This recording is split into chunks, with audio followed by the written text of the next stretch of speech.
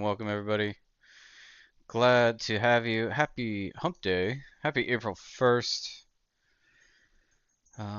Guys, freaking, I had no idea Artemis 2 was launching today. We'll have to check in on that. Meanwhile, let me get everything trued up around here. For those of you tuning in for the first time, we are giving away Quai to everybody who joins in on the chat. So just say hi in chat over here on X or share your X handle and we'll be hooking you up with some Quai. We're doing that thanks to Kipper.money. So you need a Kipper.money account. That's how we tip instantly on X. It's pretty cool. I am officially addicted to it. We do this every day now. So check it out if you haven't already. Go ahead and scan that QR code and go get signed up. And you'll be liable to earn some Quai, especially if you get engaged with the Quai Network team here on X. The whole community's absolutely cracked on tipping each other on X using Kipper.money. So let's see, we're gonna get a window fired up here. I'm sucking on some coffee. I don't know what hit me. I think I just got the itis. So bear with me, folks. Anyways, while that is going on, like always, we are continuing to build out the Dow launcher. It's looking pretty good. We got some bugs fixed yesterday. We did some more testing last night, implemented a few features, and we got a pretty cool one that we're working on right now. So I'll demo that in a second. But as always, folks, look at this gorgeous queue. How's Soap doing? Freaking markets in the tank, along with the revenue. But the hash rate tells a different story, folks. Looking pretty flat across the board. Network is still earning a decent amount of revenue. There's a Litecoin and a Dogecoin block. Again, if you're new around here, all these blocks are merged mine with Quai Network. So if you're mining on Quai Network, you're participating in Project Soap, earning that sweet Quai, and your hash that qualify for valid blocks on Ravencoin, Litecoin, Dogecoin, and Bitcoin Cash.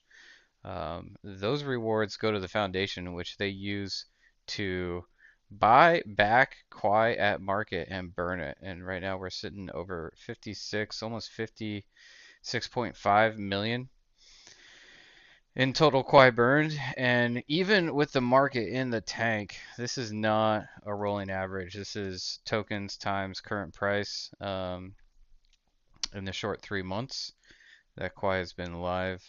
We've earned over 3.3 million in revenue. So all that goes back into the value of the Quai token. So if you're a Quai holder, you got some major support over here during these bear market times. But enough with that. Let me show you guys how Kipper.money works. I got the browser extension installed up here. We'll zoom in a little bit here. And I can just tip people just by liking their tweets. It's that easy. It's that easy. If I want to hook them up a little bit more, I just smash this button and boom, send them a tip right there. What up, Michele? Michele says, "Hi Matt, I just replied to a recent post from Kraken. Good work, man. Good work. Let me snag your handle real quick because my X search function is not functioning right now. But good work, man. Yeah, keep harassing him. Really looking forward to seeing Quai listed on Kraken. That's gonna open up a whole big market for Quai Network, y'all. As we were discussing at length with Dr. K earlier today, Chi is what brings almost everybody to this network, right? Realizing the original promise of Bitcoin as peer-to-peer electronic cash that people can use to denominate their goods and services in. Everybody wants to know, like, why are we not pushing Chi more? Why are we just pushing the Quai token? It's an order of operations things, folks. Like if you dig into how Qi works. It is stable due to proper market incentive design. And in order for Qi to access that liquidity, Quai has to have that liquidity. So Kraken's a huge unlock, huge unlock. Another big unlock that occurred recently was Quai is now bridged over to base. So if you have a handful of useless tokens like I did, you can now swap for Quai on base. So shout out Symbiosis for setting up this bridge here. You can go to and from base with Wrap Quai, but make sure you're double checking that contract address. Don't get scammed, folks. Don't get scammed. Quai's been around for a while, so unfortunately there are a lot of Quai scam tokens out there. But this one right here, this contract address on base, that's the real one. Don't trade for anything else. If you're wondering where you can swap, here's a list of decentralized exchanges.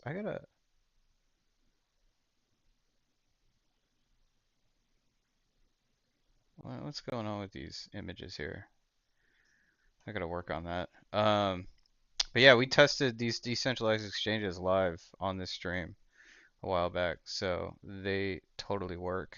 Um, so that's cool. Yeah, plenty of ways to get your hands on Quai. Kraken is a huge unlock for liquidity, which will spur liquidity into Chi, and then this bridge over to base as well. So a lot of liquidity coming, folks. A lot of liquidity coming. Like Dr. K was mentioning, CoinGecko. Let's try CoinGecko.com. When SOAP launched, we saw that flywheel in action.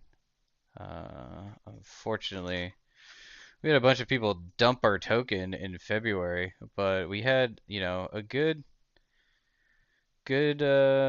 month and a half here. Let's go in the 3 month view of the SOAP flywheel in action. There you go. That's what it looks like, right? So ultimately, positive price action begets more positive price action on a 2 week cycle. So since then, we've been kind of fighting some dumpers, but we got some good uh, price action catalysts in the near future, especially with Kraken. So shout out Michele. Thanks for uh, thanks for poking him in the right direction. I will say the team is actively working together with Kraken, so expect to see some major updates on that real soon. Uh, Super excited for it. Meanwhile, meanwhile, it looks like Artemis 2, the infamous mission to circumnavigate or fly in a loop around the moon. They're going to see the dark side of the moon, folks. These peeps are going to see the dark side of the moon. Go in a number of different directions with this one. One of the conversations we had in New Hampshire was, do you think the moon landing was fake? One of the arguments um, actually uses the Artemis 2 launch plan as proof that the mission design and math for the original moon landing was not accurate. Not accurate. What up, Jim? Welcome to the chat. Let's snag you here so we can get you tipped. Yeah, I mean, unfortunately, there was a lot of token unlocks in February, and so a number of folks decided to dump. Not sure why, because I think their initial valuation was 10 cents. So Their loss. Creating a discount for the rest of us, right? That's ultimately what they're doing in the long run. But let's get you hooked up with some Quai. 100%. Just exchanging hands. That's all it's doing. Moving from the non-believers to the believers. That's what we like to see around here. What up, Don Prelo? What's up, guys? Welcome to the chat. We're just getting started over here. Um, yeah. Yeah, we got some good updates in the near future, guys. I'm like Dr. K said, I'm actually glad this is happening now. Um, this is the ideal time for all those peeps to get out. Web3 counselor in the house. Haven't seen you around for a while. I dig the new PFP, man. What's this all about? What's this new PFP all about? Purple kitty cat here. Purple kitty cat.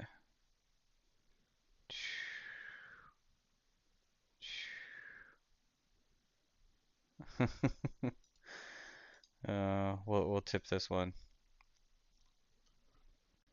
There you go, man. Happy April Fools, everybody. I hope you saw Quai Network's April Fool's joke. Hope you enjoyed that one. I thought it was absolutely hilarious. Looks like our good friend uh, Joel found it entertaining. Let's unmute this right now. A single bad actor. Avoiding scams has been hard in the past. With AI, it's practically impossible. A single bad actor can now mint millions of flawless synthetic identities at nearly zero cost. No more. Introducing KYB, Private Proof of Human Protocol. When it's so easy to copy your face, you need to verify with something that the public never sees. KYB is the ultimate proof of human as fast as you can sit down. Ugh.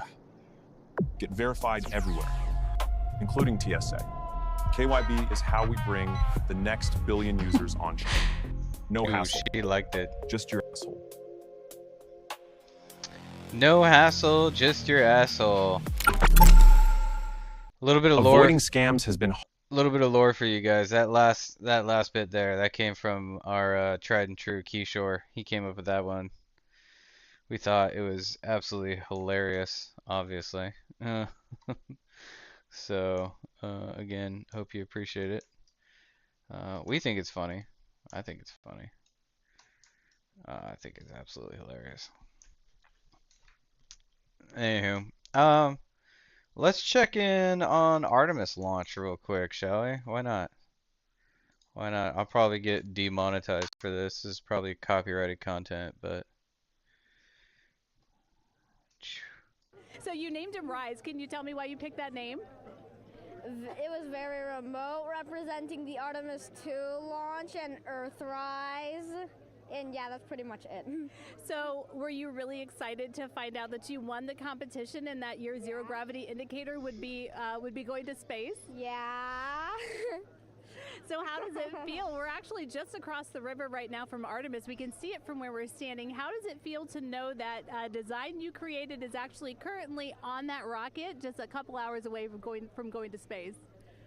Really, really, really, really, really, really, really surprised and very happy. And very happy. Now, Mom, you were telling me on the way over here that it was kind of hitting you what was happening. Tell me a little bit about that. It's definitely very surreal to be here in person. That Commander Weissman said that it's for all and by all. That we couldn't have said it better. We're just very grateful to be here. Super excited.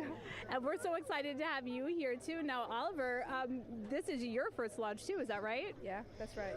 And how does it feel to be here just a little bit away? Okay, that's interesting. Well, the countdown's up here. 2 hours, 49 minutes.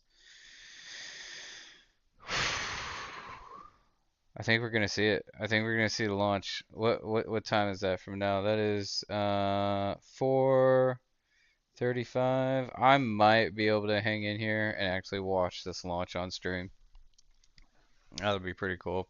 I think the astronauts are actually in the rocket as we speak right now. I think I saw that earlier. So super cool, guys. Super cool. We are going to the moon.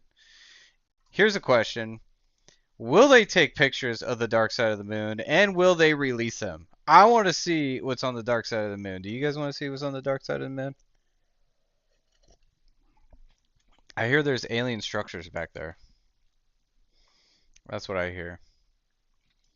That's what I hear. I think they're prepping us to prepare for seeing alien architecture on the dark side of the moon. But hilarious.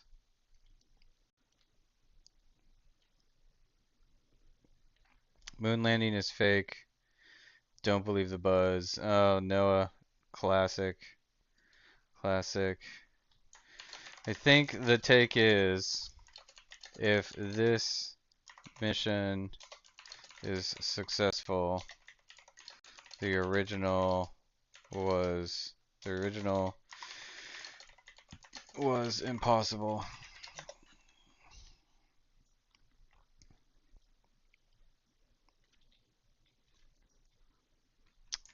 Anyways, I think that's the hot take there. Check Rays, welcome. Check Ray says the moon landing was obviously fake. Hey, my search is working. Check that out. Check that out. There you go, man. Oh man, I gotta log in. I was just logged in.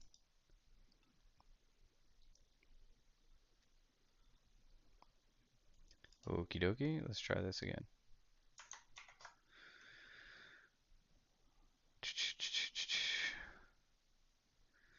He says, Check Ray says the old spacewalk footage cracks him up. Yeah, it's pretty bad. It's pretty bad. Not gonna lie. I don't have a dog in this fight, but that footage will probably be that footage is that shit's bullshit. I'll just say that footage is bullshit. There is a third take that I think is a legitimate take. And that third take is that they actually did go to the moon, but they didn't get the marketing materials they needed for the Cold War. So they created the marketing materials, and that's what everybody's looking at that makes them think that the moon landing is fake. So that's the third take. I think it's a valid take. Again, I don't have a dog in this fight, but it is. I think it's valid, right? It's debatable. It's debatable. I mean, obviously, if they did fake it, they obviously faked it for the Cold War, right? Now, I think it's also like, you could argue that it happened, but all the content that they shared with everybody was fake for the Cold War, right? Like they sent people up there and then, they didn't get the content they needed for the Cold War propaganda. So, you know, that being said, there is a suspicious interview. Moonwalk astronaut interview scripted. Da da da da da. Where is it? They asked him, like, moonwalk astronaut. They asked him if they could see stars. Did you see stars? On July 24, 1969, astronauts Neil Armstrong, Buzz Aldrin, and Michael Collins triumphantly return from the most important. In front of the cameras, Armstrong, Aldrin, and Collins are placed in quarantine for a few weeks of isolation. Then, on September 16, they appear for a press conference in front of the global members of the press, who welcome them with a standing ovation. Radiating with happiness and pride for their incredible achievement. But their faces appear somber, tense, somehow preoccupied instead. They seem uncomfortable, and there are several truly embarrassing moments during the event. When the three astronauts are asked the meaning of a mission that has brought mankind on another celestial body for the first time, the three don't seem too eager nor too enthusiastic about answering the question. Many of us and many other people in many places have speculated on the meaning of this first landing on another body in space. Would each of you give us your estimate of what is the meaning of this to all of us?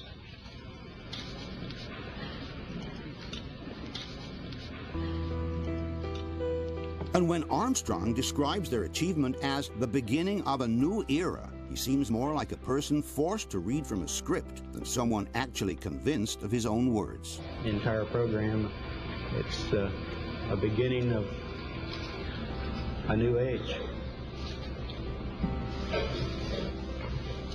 Possibly the most embarrassing moment of all comes when the famous astronomer and journalist Sir Patrick Moore asks the astronauts whether they could see stars from the moon. When you looked up at the sky, could you actually see the stars and the solar corona in spite of the glare? But not one of them, surprisingly, remembers having seen a single star by the naked eye. We were never able to see stars from the lunar surface or on the daylight side of the moon by eye without looking through the optics.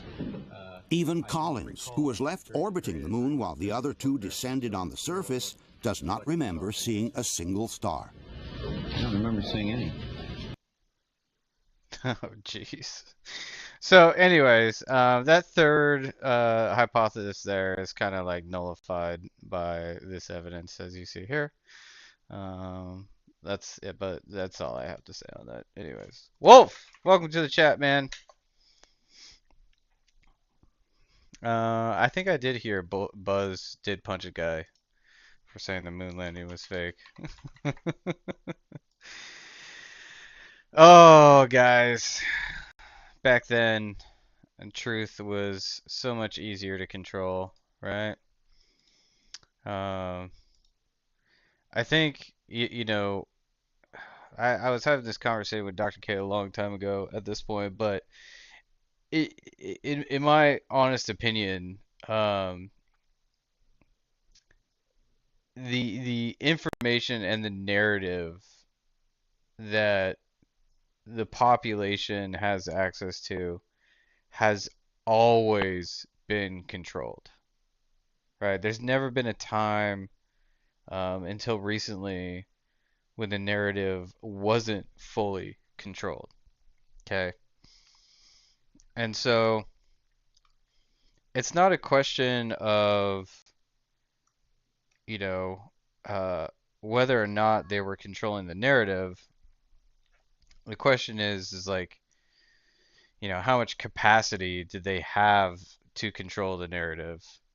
And at what point do we as individuals begin to realize that the narrative has always been controlled, right? Now, whether or not that narrative is true can be debated, but clearly, since, you know, in my opinion, the dawn of the written word, the narrative has always been controlled. So we're in a new age now, and obviously looking back with the new capabilities and capacities that the individual has at their fingertips,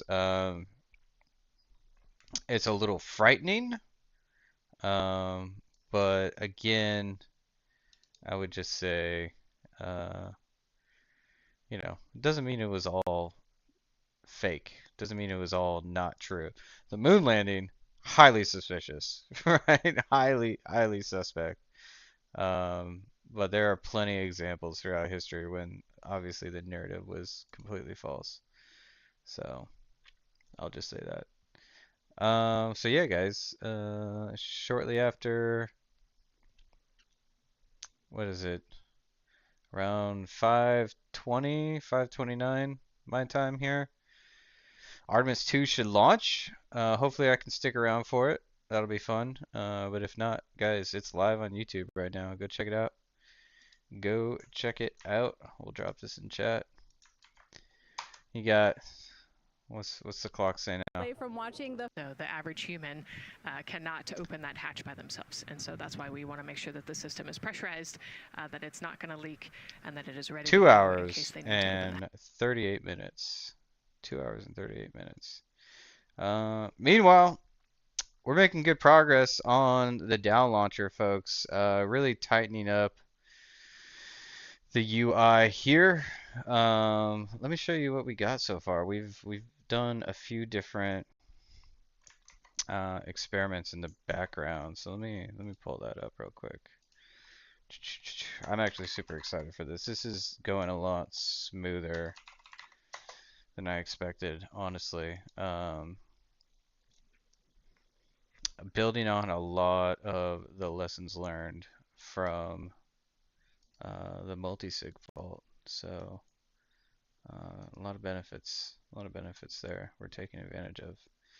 Okay, all right. What you're looking at right now, let me pivot over real quick, is a proposal for some custom actions.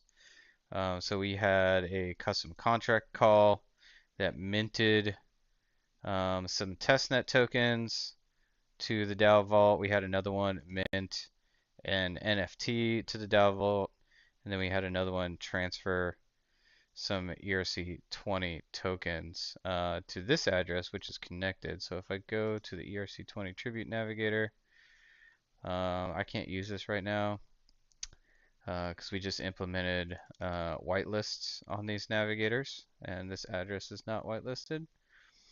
And we also fixed some things with the actual treasury.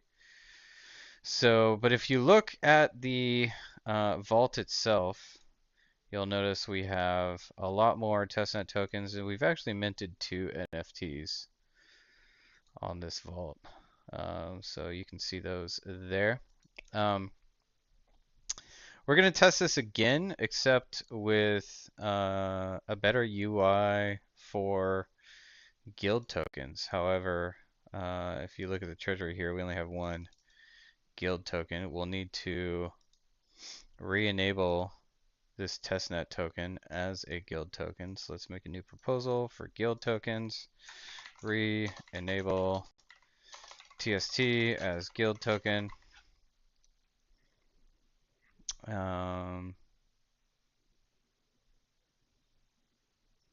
This filter's not working correctly. Okay, this is not supposed to be here. Let's work on that real quick. Okay.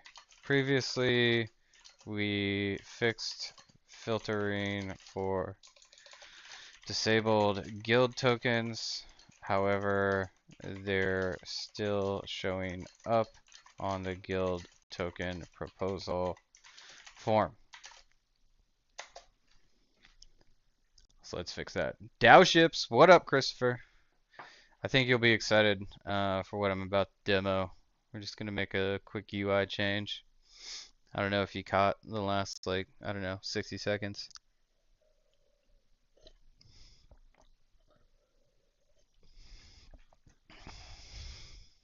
But making some really good progress, guys. Really good progress.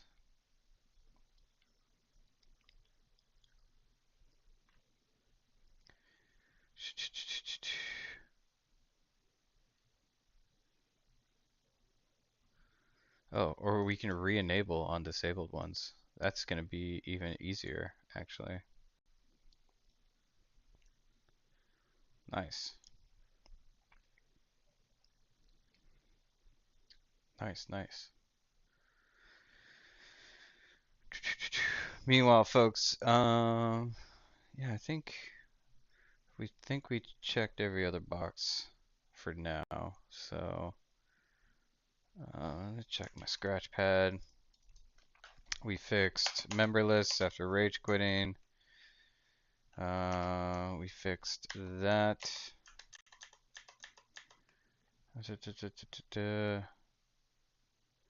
And we fixed when a user is about to delegate away their votes, we should warn them if they're a sponsor of any pending voting grace ready proposals.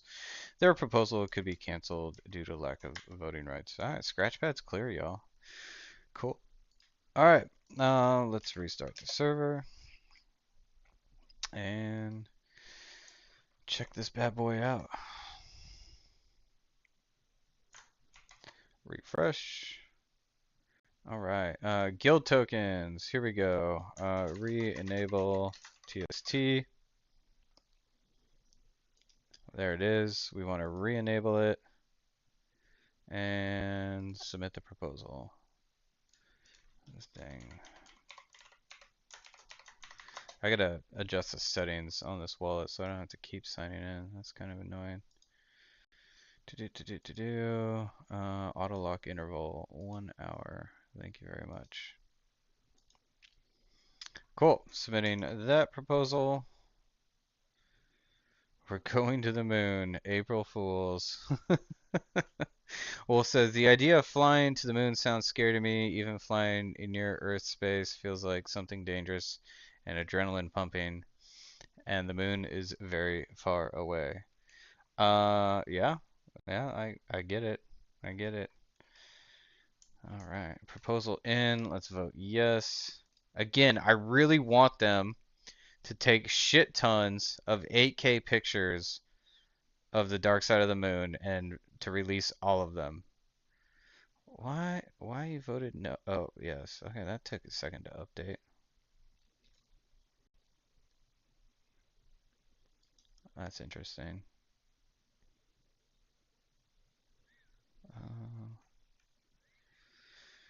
Interesting. Okay, so that vote is in. Well, we'll give it another vote. Why not? Why not? Address 2. I think this is Alice. Yeah, Alice also wants to vote yes.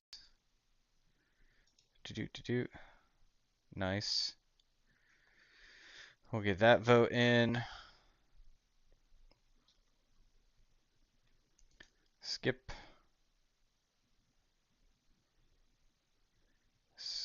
Skip. Cool. That vote is in. You guys might notice we have a canceled proposal down here. So we tested canceling proposals. We have a defeated proposal, and then earlier when we were doing testing on gas, we were actually failing. The on-chain actions, even after the proposal passed, failed. So now we're identifying that in the overview here. Let's see here. Yeah, we're at 150%. Okay. Yeah, so this is now voting. We got 2 votes in, 2 minutes remaining, and then 30-second grace period, and we'll be able to process that. Meanwhile, how's this going? The hatch. Go ahead. Ma'am, TBA press has been completed. Did you see any drop in pressure? At MS1, we saw just a little bit. It is just over 2,600 now. Copy. Thank you, ma'am. Uh-oh, they saw a drop in pressure. Again, a call out to mission specialist Christina Cook. Again, it was her responsibility to monitor the pressure on the counterbalance system that will help open the side hatch. And she did report a drop in pressure, but it seems like it's within nominal limits. Right.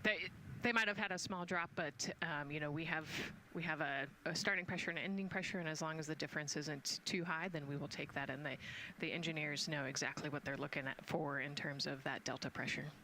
And so again, that milestone on the checklist of things that have to happen before they launch today, that is complete. The crew, again, still inside comfortably as the closeout crew team work to close the side hatch.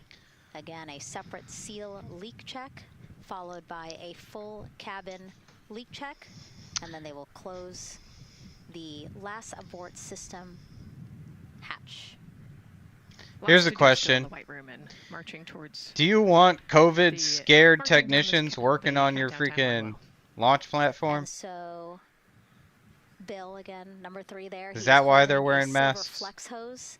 Are they afraid of hose COVID? is what will be connected to Orion in order to do that cabin If they're leak doing check. it, if they're So wearing it masks does because this is seem supposed to be a like we clean continue room to and not march because they're afraid of down COVID, through the milestones why the of fuck this aren't these countdown. guys wearing masks? I'm so confused. Hopefully lifting Is off this a today mask with on or marching mask over off launch window. situation, That opens soldiers? at 6:24. Get in uniform. Now, right now, people inside the Kennedy Space Center Visitors Complex are learning about this mission. There are great exhibits there about the rocket and Orion, and of course, our Megan Carter with the moon board. All right, Megan and Nicole, yeah, you mentioned that checklist before launch. That checklist is going to continue during the mission as well. Boring. Boring. I am very curious about those masks, though. I mean, is this supposed to be a clean room? Or what? What's the deal? What's the deal? 44 seconds here. If it's supposed to be a clean room, motherfuckers need to put on their goddamn masks. If they're wearing masks because they're afraid of COVID, get the fuck off my launch pad. No courage having motherfuckers. I'm going to the fucking moon. I don't need that bitch ass attitude around here. Maybe the dude has a bad cough. Get someone else. Call in sick, man. We're going to the motherfucking moon. We ain't get time for fucking colds. I'm just being ridiculous.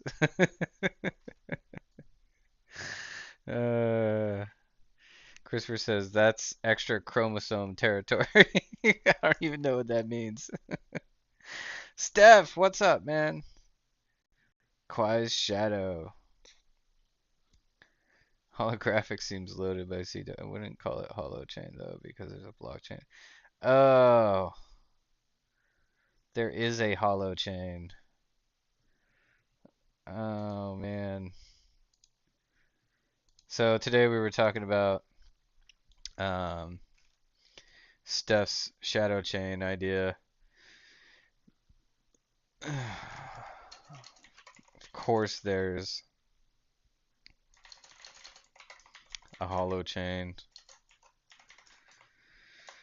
Of course there's a holo chain. Hilarious. Hilarious. Where are we at here? Alright, we got to process this proposal. Let's get these guild tokens registered here. Do-do-do-do-do. Do-do-do-do-do. Boom. Guys, I'm so happy with Hyperland. So freaking satisfied with Hyperland. Such a better experience. I can like switch workspaces. I'm managing like what is this? 1, 2, 3, 4, 5, 6, 7 windows right now. Across 3 different workspaces. 8 windows if you count my scratch pad on the 4th workspace. Fucking love this shit. This is great. Alright, where were we? Okay, proposal passed. Alright, so now we want to test a complex or a custom action. Alright, custom action, because we cans. Alright, so action 1. Ooh, I can quick select a guild token here. So did you guys see that? Did you guys see that? Add transaction. Test token is a guild token. If we go to treasury here, see the test token, see the balance. Cool. Cool. So if I go back to new proposals, I can select the test token. And I can either do a transfer. I'm gonna mint some new test tokens. We're gonna add them to our vault here. Let's copy this vault address. Let's mint another 100 test tokens. We're going to add another transaction, and we're going to mint another emoji here. Another emoji. We're going to mint another emoji. We're going to mint it to the vault. Boom, boom, boom. Let's add another transaction. I want to be able to select Quai. We don't have that option. I want to be able to just do a basic Quai transaction or a simple transaction. How do I pick a simple transaction here? I don't think I can. I don't think I can. We got two here. Let's work with Claude for a second. Come on, Claude. Help me out here. Okay, that looks like it's working. However, in the custom action proposal form, I don't see the ability to do a basic transaction. Send Quai.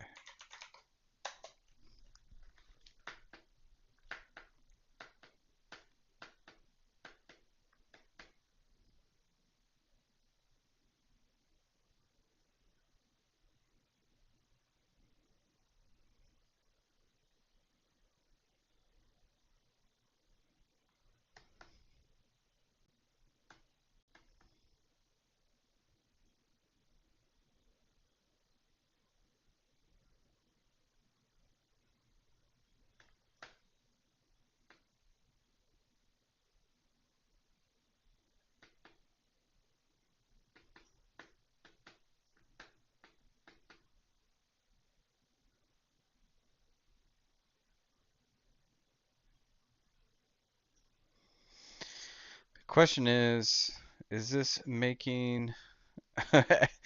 Okay, Christopher says extra chromosome equals retard. I get it now.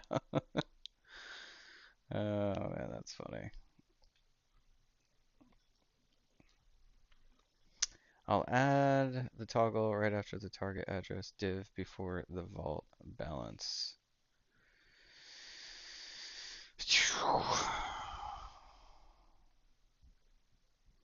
Okay. So it's making a bunch of changes. The question is this going to apply to every transaction, or will it just apply per transaction? Clean compile. Okay, let's fire up the dev server again. Click back over here. Do a hard refresh. Custom action. Custom action. Show error details. Something went wrong. Wah wah.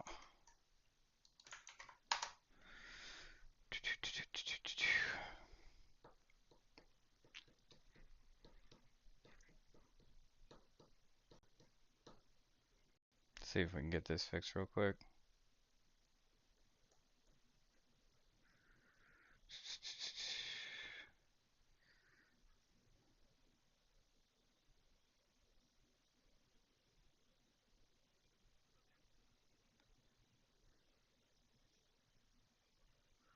Alright.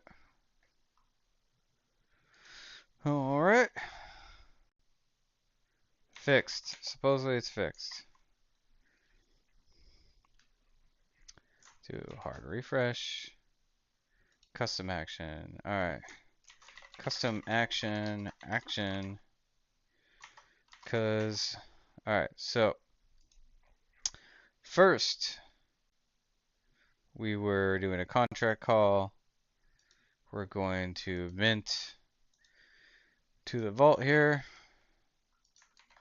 100 more testnet tokens.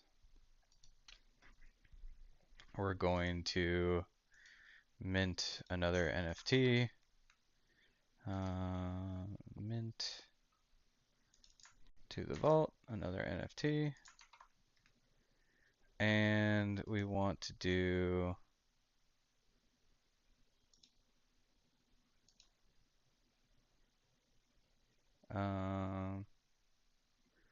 okay, that's an issue. So target address. What if I just put this in here?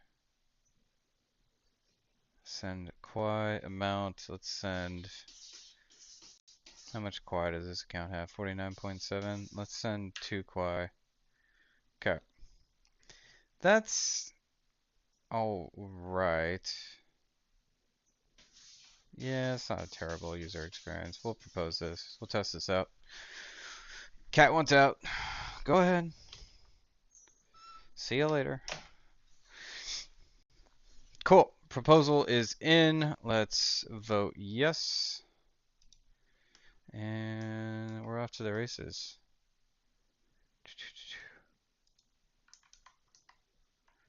Skip.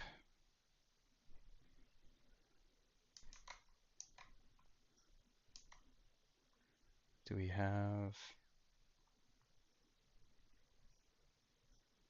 Orchard is a little slower than usual. There it is. Do. Come on. You can do it. There it is. Alright. Cool beans. Let's check back in on Artemis. Longer be protected, so they'll have a higher radiation exposure. Much like Artemis 1, we have so many radiation sensors and detectors that are inside the capsule so that we can fully understand and appreciate the radiation environment for protecting our astronauts. In my hand here, I'm holding a tissue chip model. This is the exact design that's going to be flying alongside the astronauts. We'll be collecting samples from each of the crew members, and we can make these organ chips out of the astronauts themselves. So every crew member will have their own avatar on board, and then upon return, we can evaluate that deep space radiation environment and what that compares to the astronaut themselves. Not only are they going to help change the course of medicine for the astronauts, but revolutionizing that on Earth as well. We're looking at They're literal guinea pigs, y'all. Dynamics. We're looking at how you interact with the environment. We're also looking at the immune system. So what are the biomarkers? We're using saliva as a method to study hormones and different things in your body that may change during a mission like this. And then finally, how do we function after microgravity? You know, being close to the moon, then returning to Earth. Which will ultimately help us achieve our goal of getting humans to Mars. And then on top of that, we have an opportunity to look at the moon from deep space on the far side for the first time in over 50 years. Yeah. Yeah. Eyeballs and brains. Look at the dark side of the moon. Unlock a new generation of lunar science discovery. The human eyeball is Show me those alien pyramids on the dark side of the moon. In just a split second. They'll be able to tackle impact history, volcanic history. They'll be able to look at how the albedo, or kind of the shade and hue of the moon and the color of the moon, can tell us something about how that terrain evolved over time.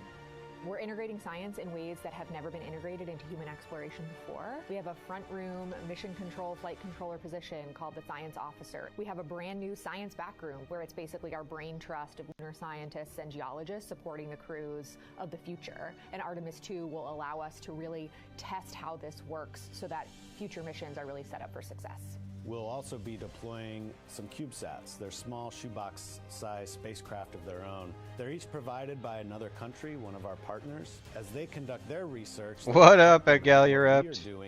We're getting inspired by space today. We're getting inspired by space today. Egalirept, what is on the dark side of the moon? What do you think they're gonna see? I bet you got some hot takes.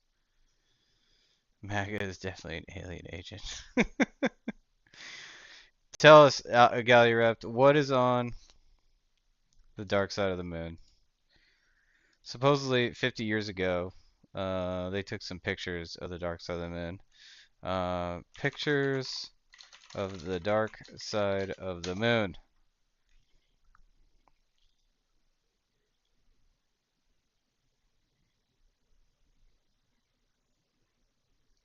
This is all psyops. Uh, alien architecture. There we go.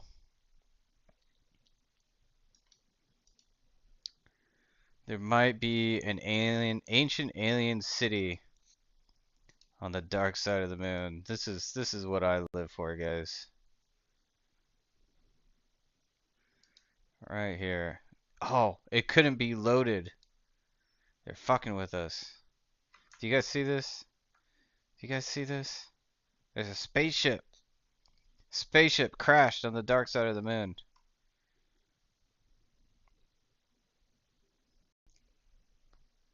Mm-hmm. Mm-hmm. Find your bases. This guy.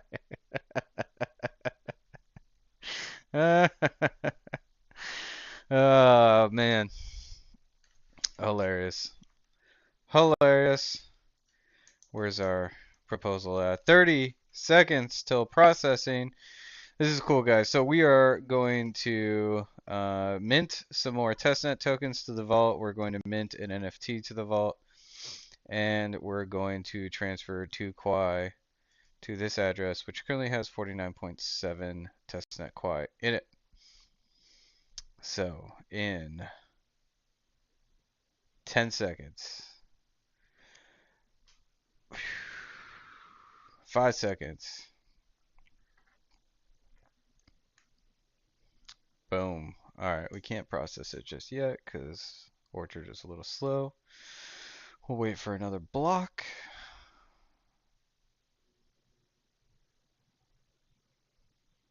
Come on, baby. There it is. Alright, block is in. Process proposal. Funds received. You have received 1.999 Quai in your wallet. Well, how come I didn't receive 2 Quai? Oh. Because I paid for the gas? With the vault funds? Is that what happens? What just happened? I mean, I definitely 51.7. I mean, that's right. Let's go to the vault. Refresh these. Token balance. There it is. 619 testnet tokens and 3 NFTs now. We just minted the Cook Islands flag. Look at that. We also got a man, office worker, medium dark skin tone, and bubbles. Bubbles. Oh man. You guys want to hear a dirty joke? You got to play along. You got to play along. You want to hear a dirty joke, Christopher?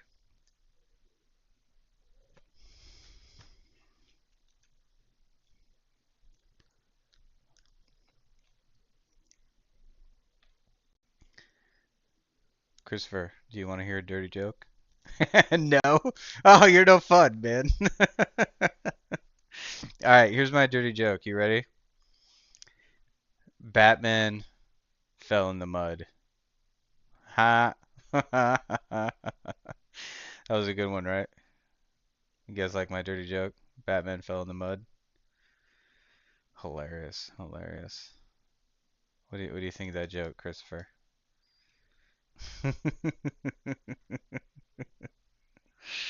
Yep. Batman fell in the mud. All right, all right. You want to hear a clean joke? Are you ready? Are you ready? You want to hear a clean joke?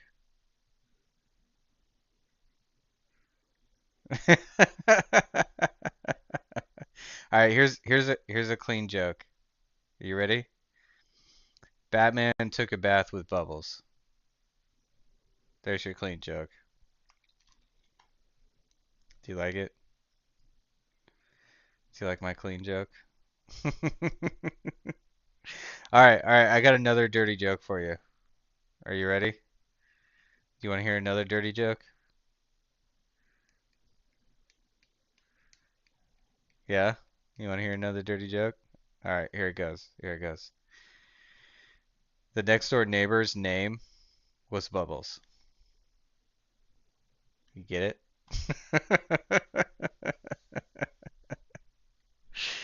That's my Bubbles joke. Hope you guys like it. Feel free to use it whenever you need to embarrass your family members. I just gave you 3 free jokes. Don't even need to tip me for it. Don't even need to tip me for it. Okay, what were we working on here? So that worked. Dope. I got a question for Claude though. I got a question for Claude. Okay, I did a Quai transfer to Quai, but only 1.999 Quai arrived in the wallet. I'm assuming some was consumed for gas. My question is, who paid for that gas?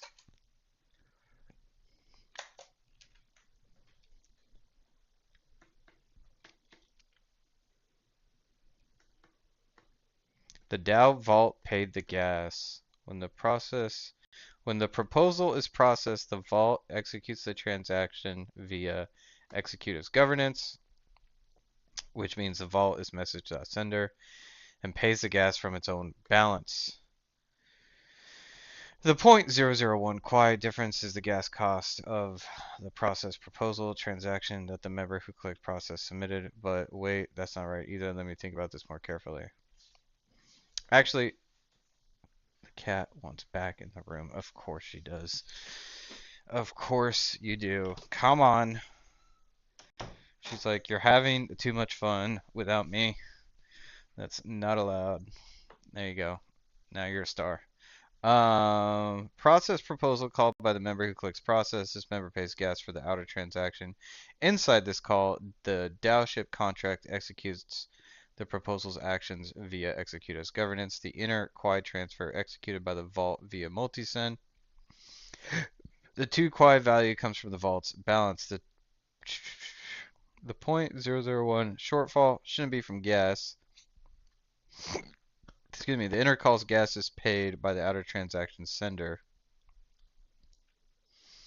The vault transfers the expected value.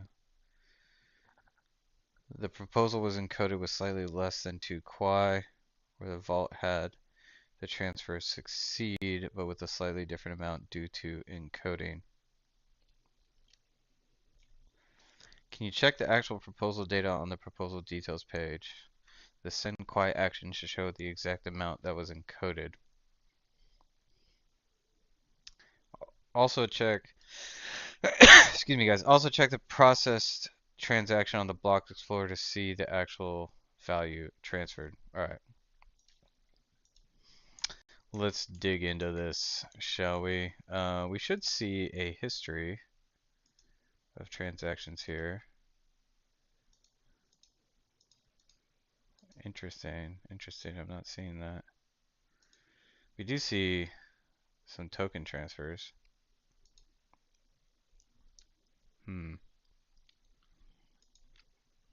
The proposal details say 2 Quai.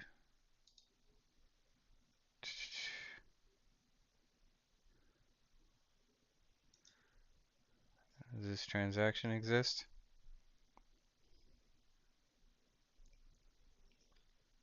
Okay. Let's just feed this into Claude. Here's the TX on the Explorer. On the proposal details page, it says 2 Quai. Yeah, bubbles, Christopher, you get it? You get it? You like that? How long did that take you? It's a dirty joke on top of a clean joke. It's a dirty joke sandwich.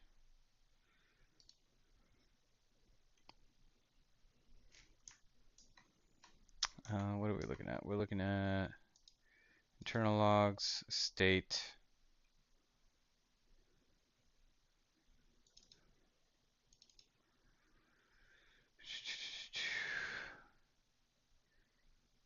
Okay, raw trace.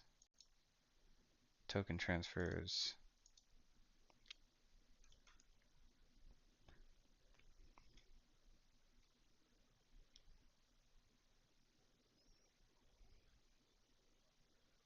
A 100.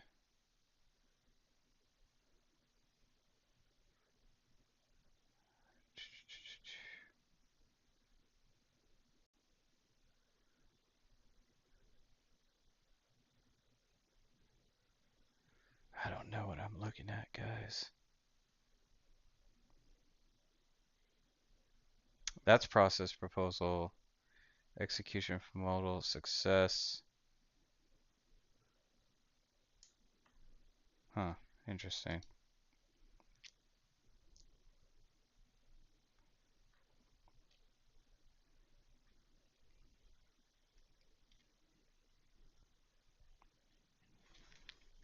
Well,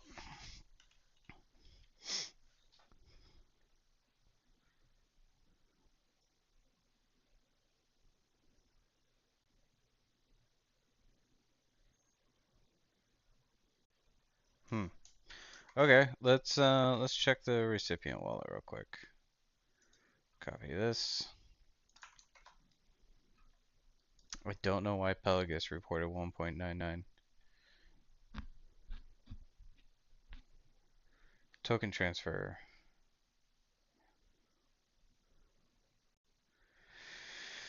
Via process proposal.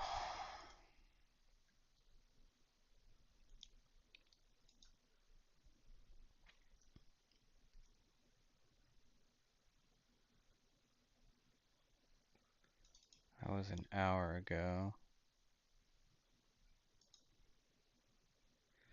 Interesting. Interesting. How do we trace this?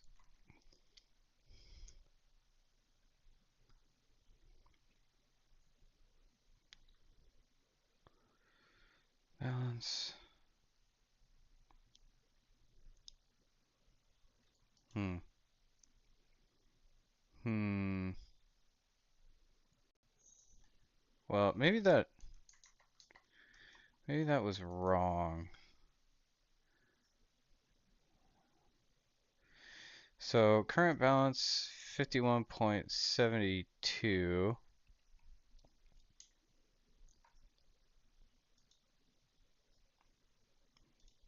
Yeah, you know what? I'm not gonna worry about it right now.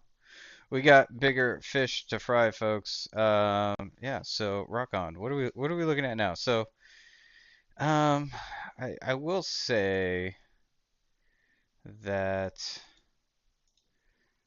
this UI is not ideal. Um, let's work on this a little bit. I mean, okay, I'm not going to worry about it right now. Let's focus on improving the UX for custom action proposals. The initial view for a transaction is not ideal. We should probably default to a simple Quai transfer unless a contract address is set as the target, and only show the option for call data when the user selects raw.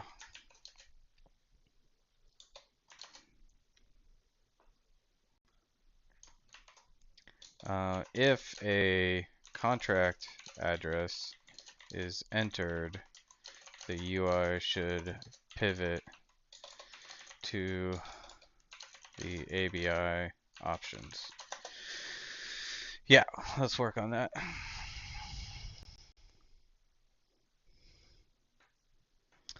Clean joke, dirty joke fondue. I'm glad you like that one, Christopher. That's one of the few jokes. Uh, I have. I got some other ones, but we'll save those. We'll save those for later. I can't empty out my whole joke bank right now.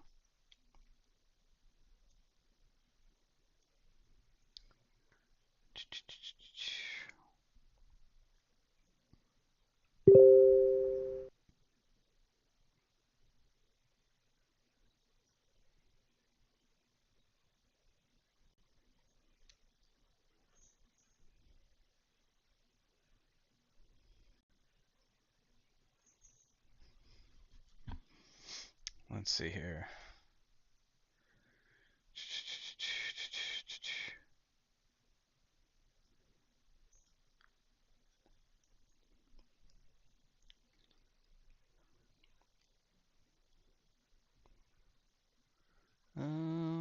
Checking in on the community.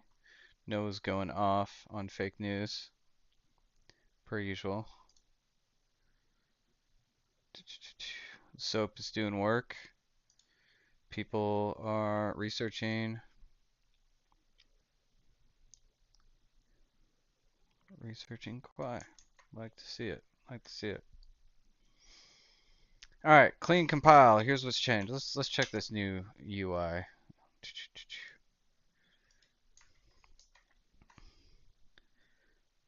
Meanwhile, let's throw some tunes up, shall we?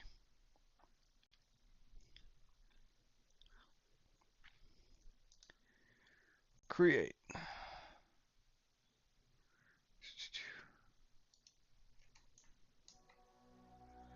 All right, custom action. Oh man.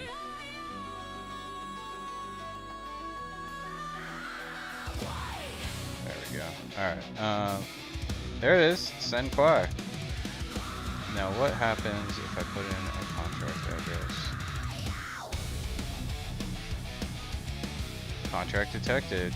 Boom, boom, boom. I can do raw hex. I can do a contract call, or I can send Quai.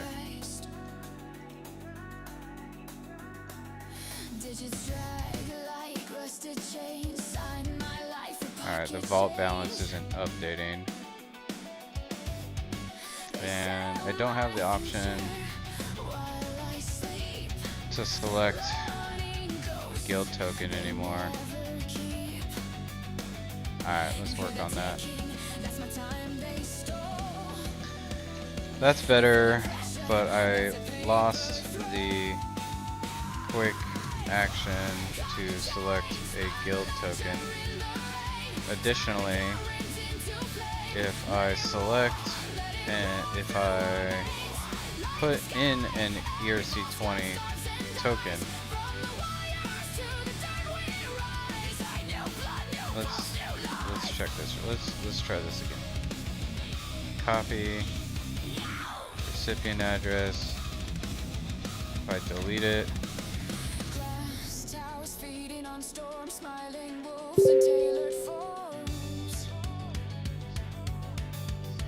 ooh. Okay.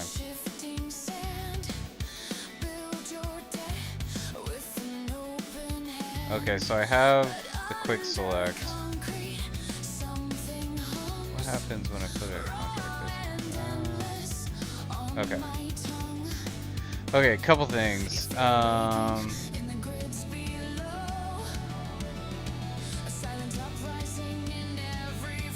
Okay.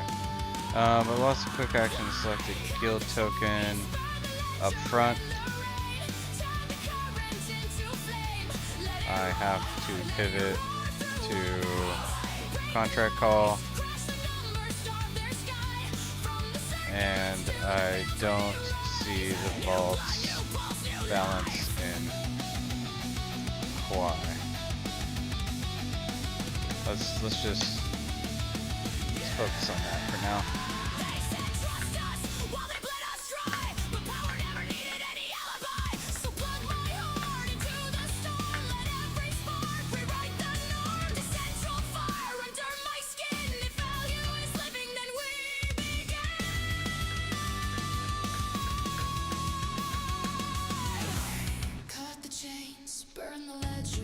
Boom.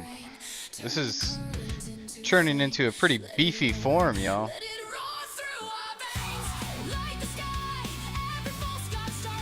Let's see here.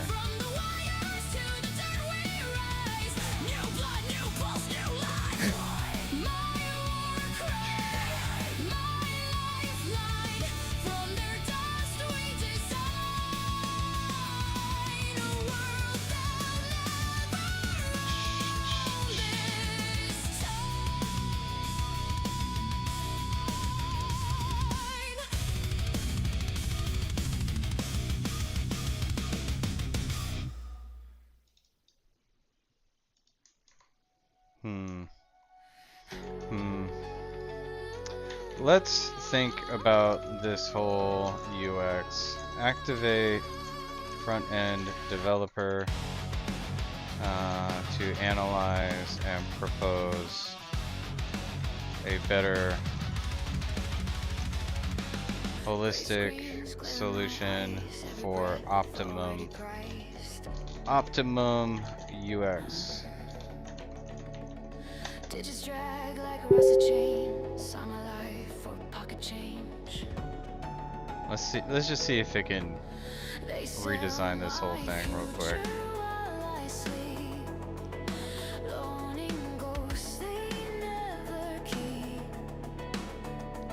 You hear that ticking? That's my time they stole. You feel the pressure? That's the paper thrown. Quai, cut the chains, burn the ledger in the rain, turn the current into Oh, I'm out of coffee.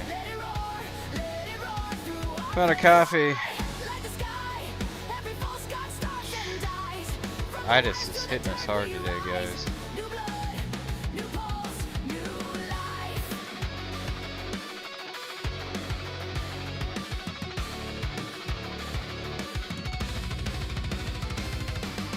Glass towers feeding on storms, smelling wolves in tailored forms. They print the cage in shifting sand, build your debt with an open hand. Alright, guys. We're less than 2 hours in now. 2 hours, 1 hour, 51 minutes. Damn, guys, you realize those astronauts are just like chilling in that rocket for like 3 hours prior to launch? They're just chilling. I wonder what they're thinking right now. Like, holy fuck, like, what did I get myself into? I'm fucking locked in this thing now and I can't get out.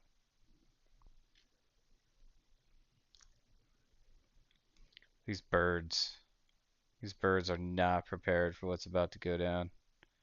How far away do you think this camera is? I got so many questions. There they are. Just chilling. I'd be like wiggling my feet, fidgeting. Think they're taking a nap? Think they're napping?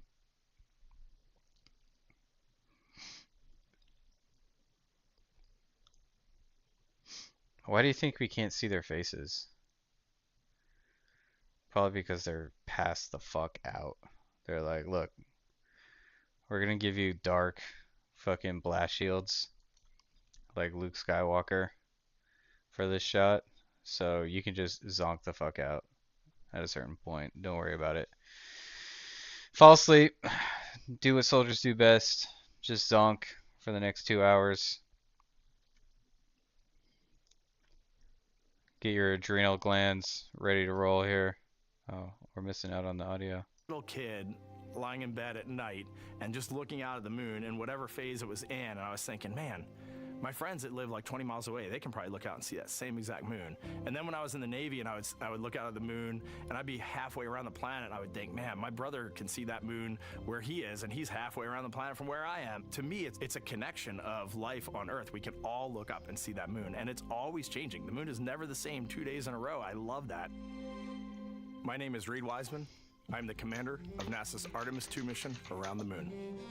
I grew up in a little town just north of Baltimore, Maryland, about 20 miles north of this. So first of all, guys, this is why we ask Claude these questions.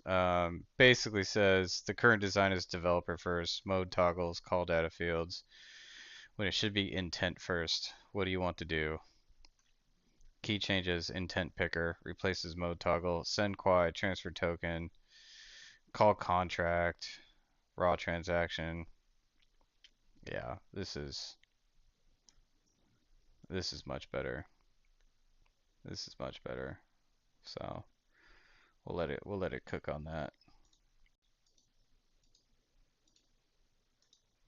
Just alone with yourself out there. It is a magical experience to be out there all by yourself in an aircraft over the Pacific. Just it's free. I think anybody who accomplishes something that they set their mind out to, there's no one thing that does it for them. It's a combination of everything. I mean, the way my parents raised me, the way my brother and I, the way our relationship developed over time, my friends, being in the marching band, going to college, setting my own course, learning how to live on my own, being mentored along the way, being, kept on the path to success. This is Artemis 2's commander, y'all.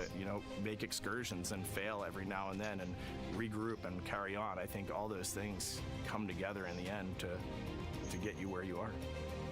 I've had to overcome, I'm a human being, so I had to overcome a lot of fears. I'm pretty scared of heights. I joked about the International Space Station, but it turns out I'm only scared like at the edge of a building. When you're up on the International Space Station, even though you're 250 miles up, I never had that feeling of falling or that I was, at risk up there. I just kind of loved the feeling of floating and looking down at Earth. There have been challenges all throughout my life. By far, the biggest challenge was losing my wife. I'm surprised you haven't destroyed your chair at this point. Two daughters who are grown up now, but that's been the biggest challenge by far I've ever had to face. It is freaking Aggies. Being an only parent, trying to work a guys from Texas, and raising two kids is something that I think about every single day. I'm very proud of the work I've done. I haven't always done it well, but I've always shown up and tried as hard as I possibly can. I do wonder what it's going to be like when we are really far What's with from the light Earth bars? And can see it. The sensation of being so far away from everything that you know. I had that sensation on the space station the first time I got to sit in the cupola for a really long time. So I can only imagine what that's going to be like from 200,000 plus miles away. My name is Victor Glover, and I'm the pilot for NASA's Artemis II mission around the moon. When I was in 4th grade, I was 10 years old. And that's when the Challenger accident happened. And it helped me understand how the general public felt about the astronaut corps, right? Like, these are the people that we want to be. And that just gave me an easy thing to strive toward.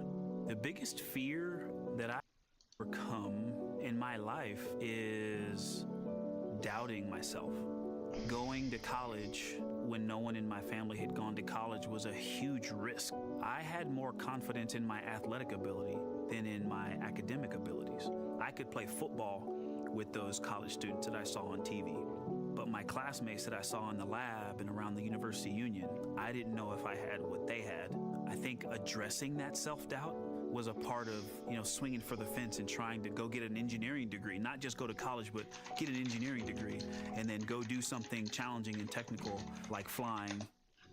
Apollo is known for sending humans to the moon. Artemis has an opportunity to continue the Apollo story, but I actually think it's important for this story to stand on its own. Artemis is a new program, and we're trying to do new things. And it's great to compare and contrast. When you look at our spaceship, you can see parts that were designed, built, and integrated in another country. When you look at our crew, you see that our crew is international. There are also men and women. Custom action proposer that here. Comparing and contrasting makes the story even richer. The piloting role specifically, I will have an hour and a half or so where I get to fly the spacecraft by hand. We haven't flown that many spaceships, and so the ability to fly one actually in space on a test mission is just a really unique opportunity. I can't tell you how I'm going to feel when we fly by the moon and see the moon up close and the Earth from 250,000 miles away, but I don't use the word excited because I'm focused. You know, what we do, this is very serious and it's very risky, and we are all intimately familiar with that risk. And so if we go out there and we're successful and we can pass that baton on to Artemis 3, that's something to really be excited about. I tell a story, which is one that my dad told me before the Apollo missions when he was just a very little boy. He was looking up at the moon with his mom, and his mom said to him, "Don't worry, Ronnie, we'll never get there." Fast forward maybe 70 years later, it's his daughter that's actually going there. And I think that long arc is something that we can all learn from. The idea that the seemingly impossible becomes possible if you just believe in it and are willing to work hard and come together to achieve it. My name is Christina Cook, and I'm a mission specialist for NASA's Artemis II mission around the moon. Coke or Cook? When I look back at my dreams as a kid, I definitely never thought she a I Coke would brother? actually get here. I was very pragmatic. Even though I'm a dreamer, I knew that the odds were way against me again, so I might as well do something I'm loving in the meantime. I definitely loved science and math in school and, did pretty well in those things, but I also loved being active. I was always outside. I loved things that made me feel small. I loved looking at the night sky, oftentimes between the pine tree branches, or I loved the ocean.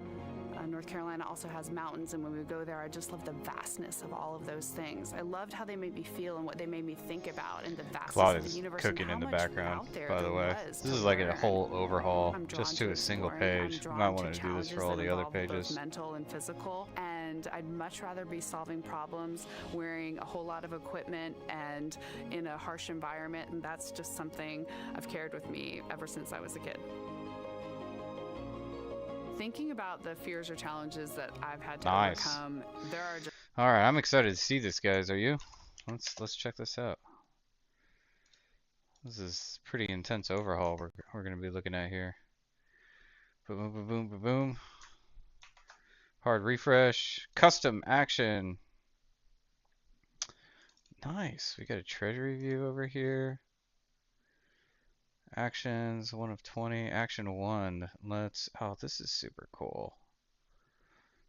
This is super cool. Let's do send Quai. Let's send 1 Quai. Oh, nice. This is dope. We get net impacts on treasury here. Let's add another transaction. Oh man, this one like drop down. Oh, I can't collapse it again. Oh, I can't collapse it. The collapse button isn't working. All right, let's fix that. Looks great, except after expanding a collapsed transaction, I can't collapse it again using the same button. This looks way better though. Way better. Here, let's go to light mode. Yeah, I want to be able to. Oh wait. What?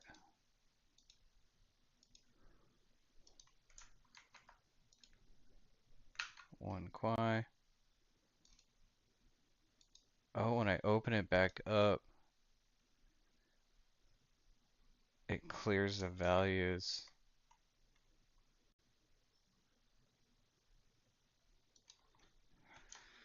Okay, I also noticed when I open a transaction that previously collapsed, the inputs disappear.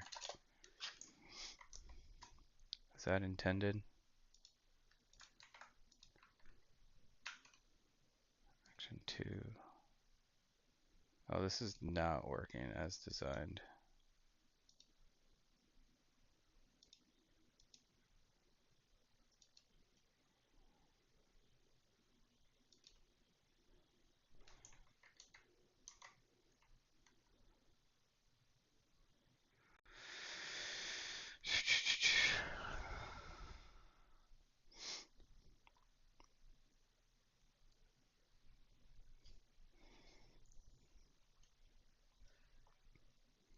Lift the fields. Okay, okay, so it's cooking. It's working on this. Alright, we got Mr. Canada here. And I know it had a huge impact on me that humans had walked on the moon.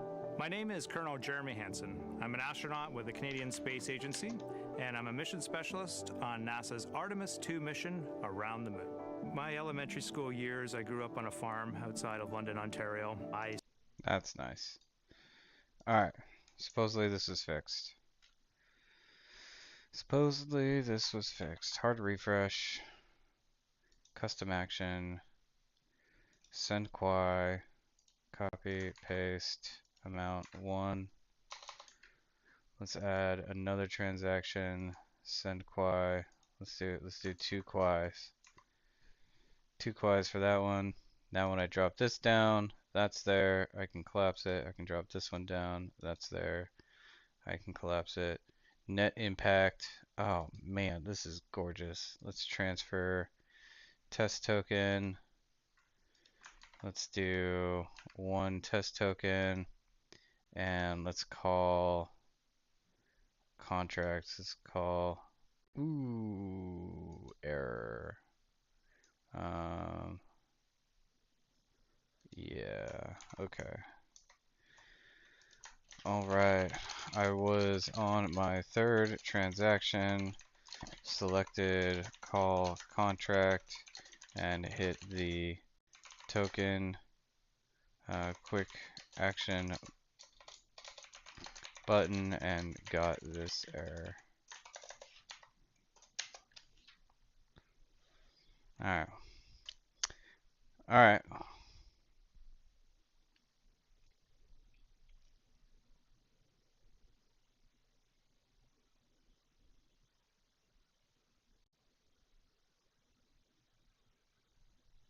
Oh, working on that.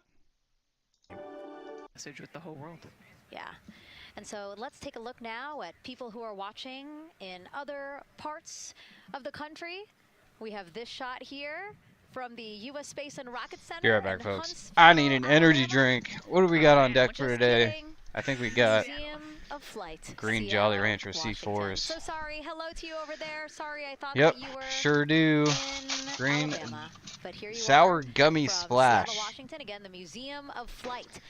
I like they must it. Have had a special event Zero to bring sugar, people there to watch, but lots as of well as a nice and special an event here NO3, so my now, face is gonna itch. The U.S. Space and Rocket Center, So I can't help but chug these Huntsville, things. Alabama. Of course, they would have a lot of people here, and I'm sure this crowd will grow when we get closer to launch.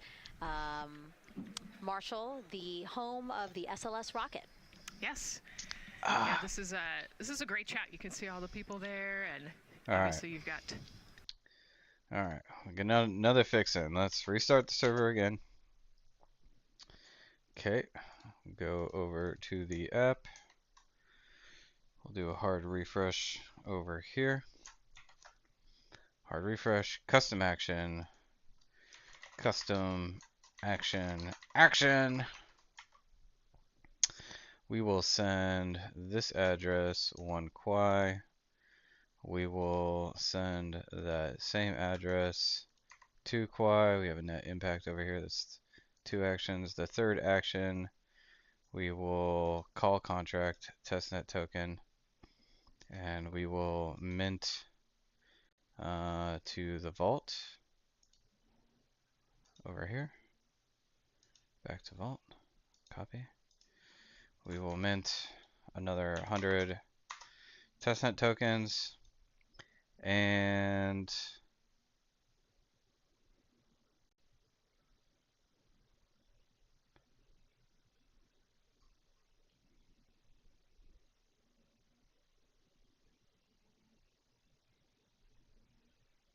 I wonder if we can get I wonder if we can get more details in there. Okay, that worked. But the side panel with treasury, state, and action items doesn't give me the contract call details. Let's think about what we can fit in here for users that leverage this as a review.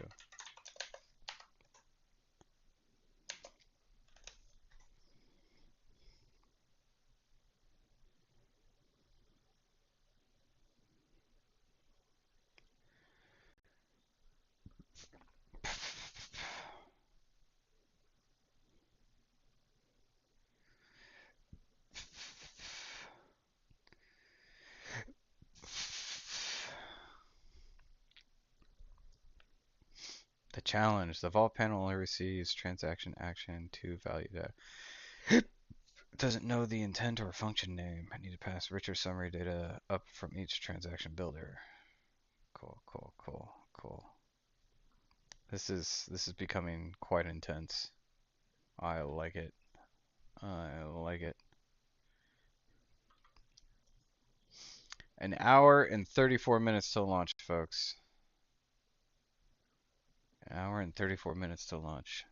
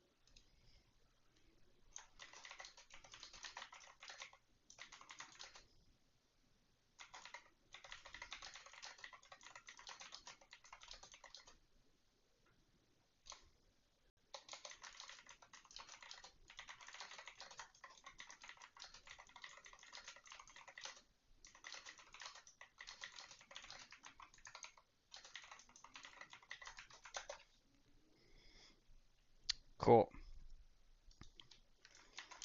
That's done. I love how I have to like rebuild this every single time. That's alright. Custom actions. Send Quai. Copy. Paste. 1. Send Quai. Copy. Paste. 2. Call contract. TST. We're going to mint to this address. Don't need these pages anymore.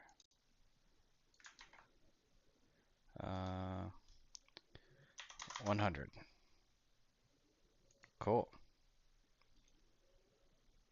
Send 1 Quai, send 2 Quai, call mint. I like it.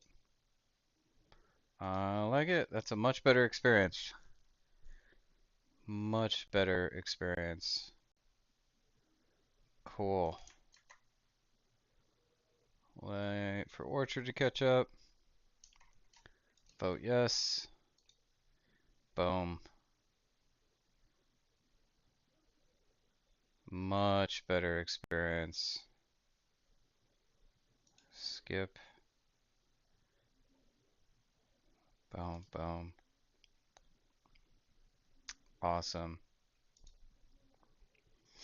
Awesome. Okie dokie. Okie dokie. This UI needs a bit of an overhaul too. First thing we should do,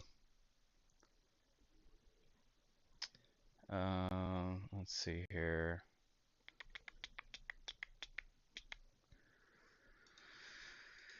Let's go to custom action, proposal title, description, discussion link, expiration rationale. These are kind of like split, right? Like this is all metadata about the proposal. It's split in 2 places. Yeah, we can make some major UI updates here. Just got to make that UI experience as clean as possible. Okay, that's all working great. Much better experience. I'm seeing a lot of additional opportunities to overhaul the UI UX to improve visibility and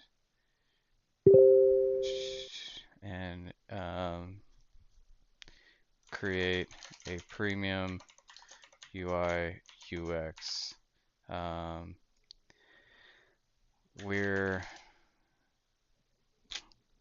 using consistent formatting.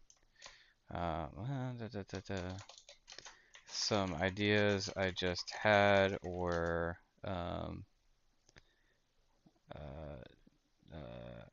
showing all I just had our bringing all proposal, meta, title, description, links, rationale, etc. into a single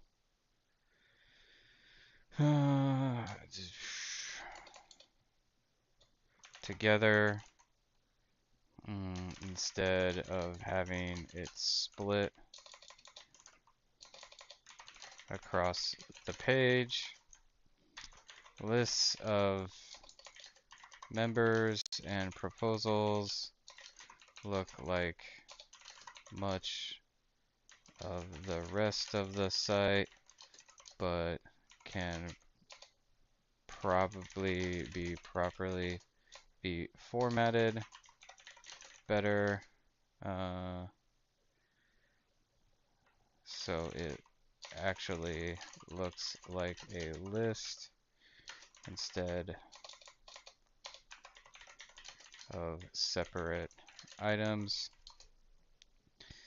What else did I notice?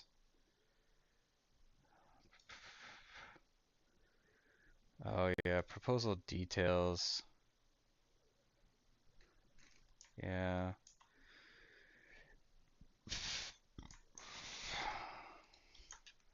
Proposal details pages be laid out in a way that makes more sense to the reader. Progress up top.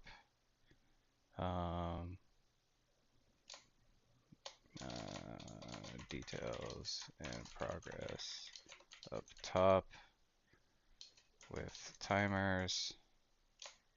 No. Meta and progress timers up top with details below. Smaller, better placement of voting and other actions, etc. Activate multiple front-end developer agents to review the entire application and come up with a plan to elevate the entire UI to create the best possible UX for end users. Boom. Christopher says, if I'm at home during the afternoons, I make a drink of amino acids, guarana, and it's tropical pineapple flavored. Nice, man. Yeah, I always do an amino acid mix with creatine. And actually, I've been trying, let me show you this, Christopher. I've been trying this Gorilla Mind product just because I love liquid IV, but it is stupid expensive. Stupid expensive. Love liquid IV. Great product. Great product. But it is way too expensive So I'm trying this Gorilla Mode Hydro Prime. It's a hyper hydration formula. What has it got in it? It is a, looks like it's a proprietary blend. Mostly glycerol powder, 65%. I don't know if you can read that. But I've been mixing this in with my amino acids and creatine. And yeah, doing a, what is this, like a 24 ounce blender bottle of that. So I'm actually really liking the Gorilla Mind products. Now, I was off of liquid IV for a while before I tried this Gorilla Mind hydration stuff, but I feel like I'm noticing a difference. Young Latte? Young Lotta? What the heck is that? Their energy drinks are great though. What do I want? I want, oh, they got liquid glycerol. Interesting.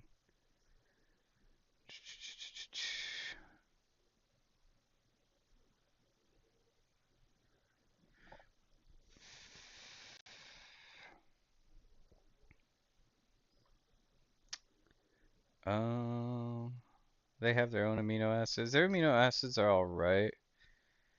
For some reason,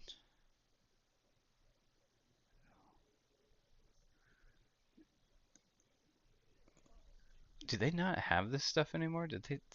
Am I am I drinking a recalled product? What is going on here? Is it a pre-workout product? Yeah, I guess it is. Yeah, it's a pre-workout product. Hyper hydration formula. Stable form of glycerol. It is the opposite of clumpy. This shit is like moon dust. It's more moon dusty than fucking creatine. It's crazy how moon dusty this shit is. I was genuinely surprised.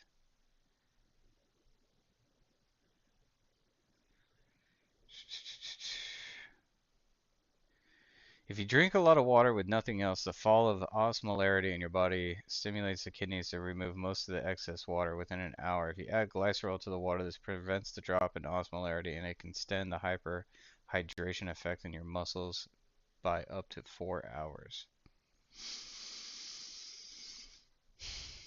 By adding glycerol to your pre-workout, you can hold upwards of an extra liter of water via this hyperhydrating effect.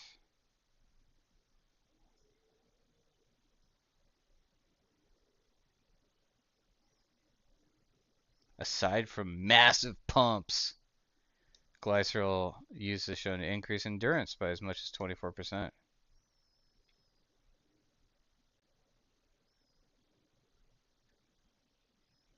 Yeah, so I've been fucking around with this. Not bad. Not bad. Claude just got back with a fucking insane plan. The full plan would take 3 to 4 weeks of focused work by a human. Gosh.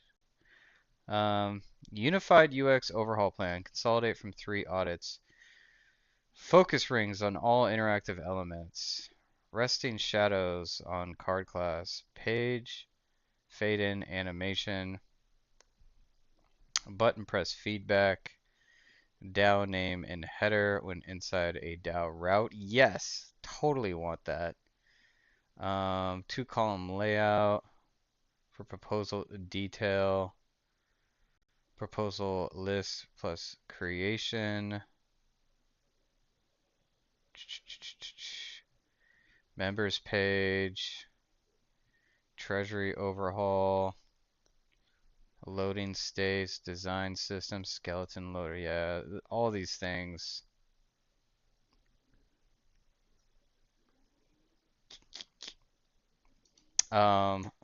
Let's save this plan in this project, then audit the plan in depth. Identify and address any gaps, then update the plan. Plan detail.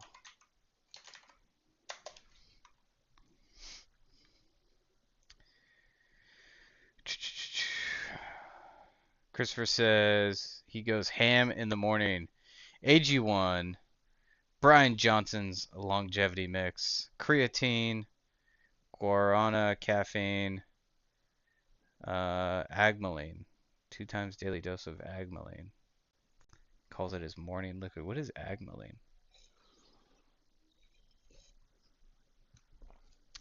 Is Brian Johnson for real? Is Brian Johnson for real?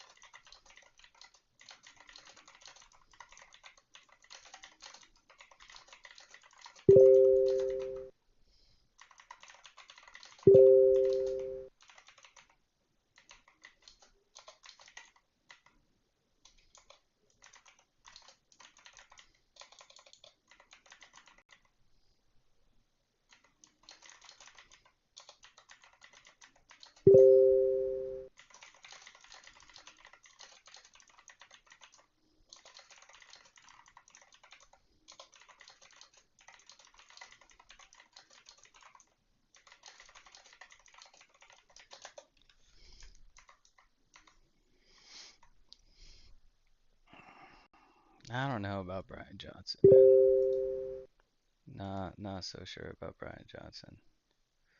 Let's check it on our astronauts. These scenarios and the calls you hear to the crew on Orion to Earth may help them be in a ready state for whatever challenge may come their way. At this time, we're not tracking any significant issues here in Mission Control in Houston, Texas. That would be showstoppers for today's launch. We're continuing to, of course, monitor the countdown along the way and make sure all systems are go for when we reach T0. With that, I'll send it back to you, Megan, at the Kennedy Space Center. All right, we are ready for another reading if you are ready over there. It says, yes, sir. CBA did I read that wrong? Is it agmaline or agmatine? Agmatine is considered part of pre-workout stack, but it's derived from L-arginine and is a neuromodulator. Gotta modulate those neurons, man. NASA test director Jeff Don't want them Spalding. going haywire. The more that they keep on asking her how the pressure is holding in the I suspect we mean assembly mechanism is a good thing because the it nerves means in our muscles. we are getting closer to launch. So that's amazing news over the loops that we just heard on Orion to Earth 1. Again, that communication channel with the crew. But now I want to get back over to Daryl with the launch team. He has an update now on the flight termination system that the team was tracking. All right, thank you very much, Megan. And we're getting an update now from the launch team as we speak.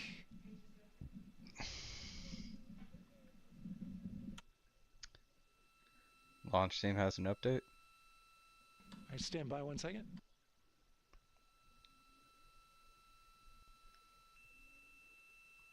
It's this nice update, launch team.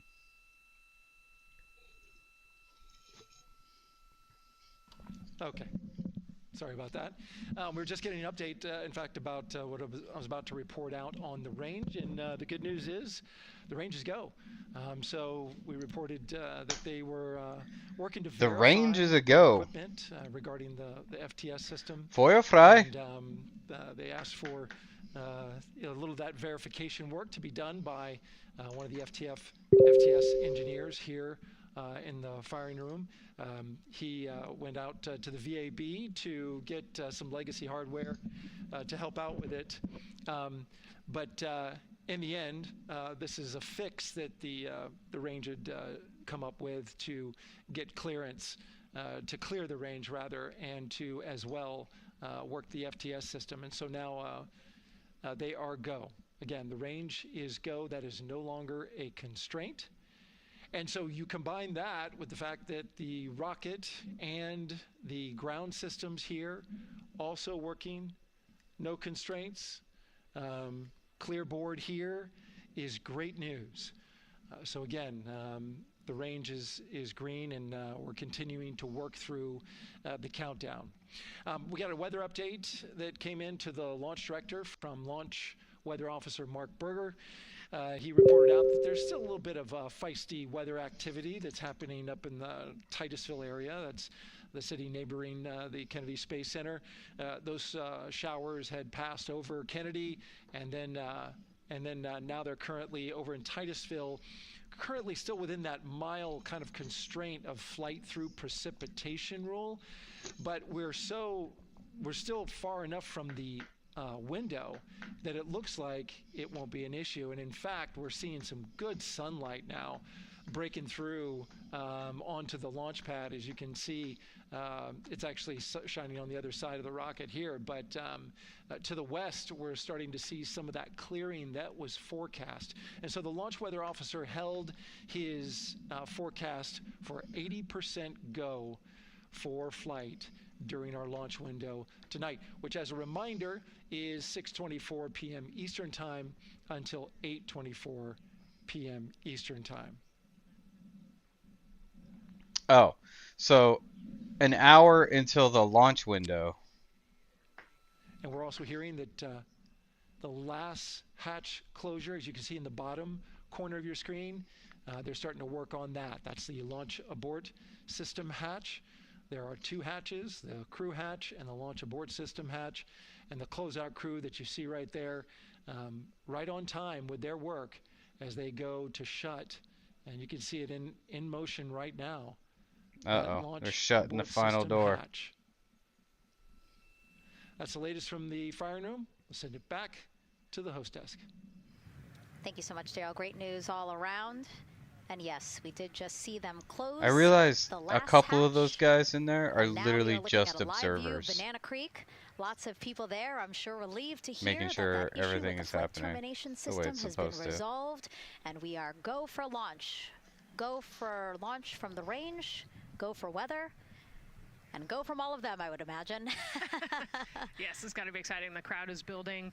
And as Daryl said, you can start to see the sun poking out here, and we can see all the clouds are moving north and moving away from us. So it's all good news. And so as we know, we have our Leah Martin down there at the Banana Creek viewing location, and she's standing by with some other guests. Hey, Megan, I don't know if you heard that huge cheer just now. Have you heard a big rumble? As soon as Daryl said that the range was clear for launch, everybody clapped. It was super excited as we get to do some final countdowns. Standing next to me, I have Hudson and Maddox, the son of brothers here. And I asked you a little bit earlier how... That's funny, Christopher. I remember in the military, creatine was a pump supplement. Turned out to have interesting brain effects. Sounds like there's more than one out there. Pumps are good for your brain, y'all. Pumps are good for your brain.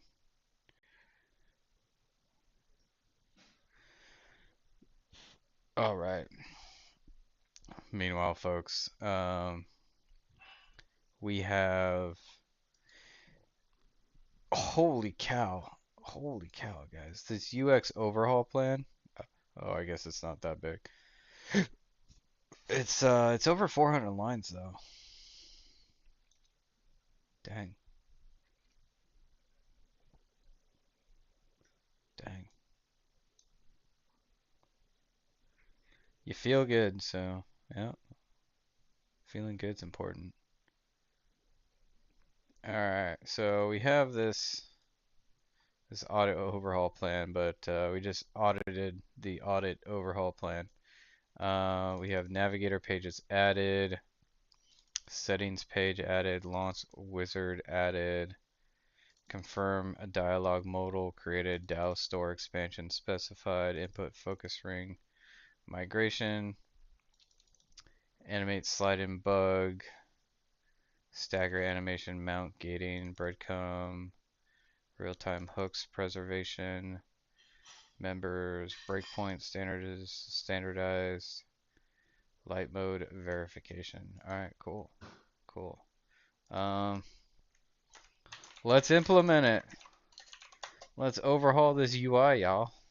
We're here to create a primo user experience for our future DAOs and their members. My fiance is stealing a cinnamon roll. That's cute. Get it. Get that cinnamon roll. All right. Yeah, I guess we'll let Claude cook. I've took a lot of them. I think all of them. The door's closed, guys. Except for one. I think it took all 3 or 4 of them to push that hatch door close, and then they felt around the perimeter of the door to make sure that everything was sitting just right. Right, yeah, we talked about how heavy the crew module hatch is. This hatch is just as heavy probably, and so, you know, they're working the closure here and working those connections, and you can see, yeah, there's still 3, 4, 5 people that we can see in the white room. It takes a lot of people to get this these hatches closed and this rocket ready to launch. Mm-hmm. And so the next step in the countdown is that this team will start closing out the white room. So what's with these basically scratches? Things, stowing You guys see these scratches on the rocket here? When they leave, there is nothing that I don't know about supposed that. to be there. And really, then at that point, I don't it's know. That's just not all very 4 of the crew member, precision. Victor, Reed, Christina, That's sketchy. and Jeremy by themselves at the top of the launch pad. I'm not gonna lie, that has me a little worried. That does not look good. And then it'll really just be them up on top of that rocket. That does not look good. Yeah, I your can't eyes lit zoom up in when I on said this. that. That's exciting. I can't It zoom in is. on this. Do you guys see these scratches Yeah, on we the had side them of the already. rocket We here? talked a little bit about my fear of heights, but That most of can't our be crews good, are right? afraid of heights, and so there was a moment where I realized Those that it look was like just more us, than just scratches. you know, Those look 100 like some straight odd up feet up and gashes. No way. No crew access arm, and may or may not have said something that made everybody go, huh. Were you wondering to yourself, what? How did I get here? We're pretty far up. That crew again bringing that drag-on camera. That camera is a handheld camera that is a live look for teams who are remotely watching these operations closely. Again, verifying that things are as they should be before the crew starts, the closeout crew starts leaving the white room. You see them checking their procedures. Oh man, they're putting bags See, on the they're cables. they're covering the ends of those hoses. That's to protect those hoses from FOD, so we don't want any dirt or anything to get into those while we transport them and stow them. So you can see Andre there working to close out the hoses as well while they're cleaning up the white room. And so they'll tape that close. You just saw number What up, 5. Denvium? Number 5 Welcome holding to some the chat. tools. Again, we'll stow those away. You have to account for everything. Obviously, you know, Appreciate you guys they did tuning have in. tools out. They I did still don't have, think you're real. procedures, paper, notes out. Like all of that has to go. Yes, and you can even see on number 3's hat, he's got a string that's connected to his suit there. That's, again, just to make sure that we don't lose anything. If, you know, gust of wind or you get knocked or something, you don't want to lose a single thing in the white room. So everything is tethered, everything is accounted for, and everything is protected. The crew now, another live view of them inside Orion. They're passed out. They're totally passed out. Jeremy, Christina. Look at Christina over here. She's got her visor up, but she is Victor on the fast left, asleep. The right side of your screen. She What do you is think they're thinking right now, zonked. Nicole?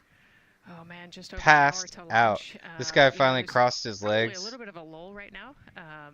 Monitoring He's like, some screw it, I'm systems, falling but you can asleep see too. Reed's got his feet crossed, so I think just Oh, trying to no, relax. he's awake. And, you know, Those are pass the interesting time shoes. by What do you think maybe thinking his through bottle opener is on the heel of this guy's shoe? items that they're going to monitor through the launch. What do you think that is?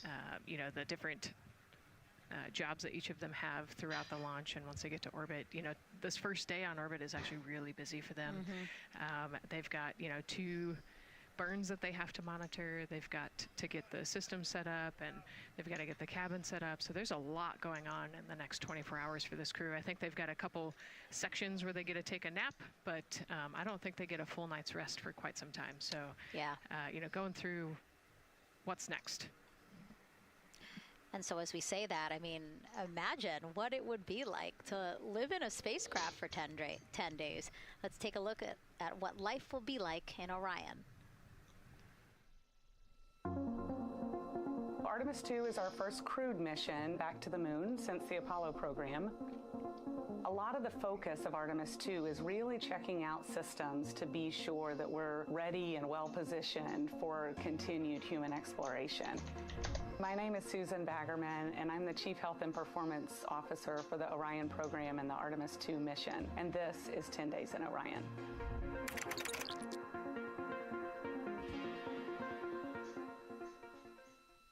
For this mission, the crew will launch in the Orion spacecraft on top of the Space Launch System rocket, or the SLS rocket.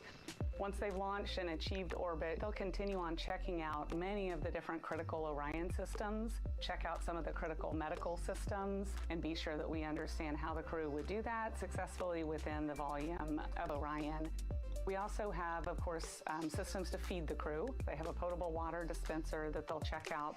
And then we also have a food warmer, kind of looks like a suitcase that the crew can use to heat their food.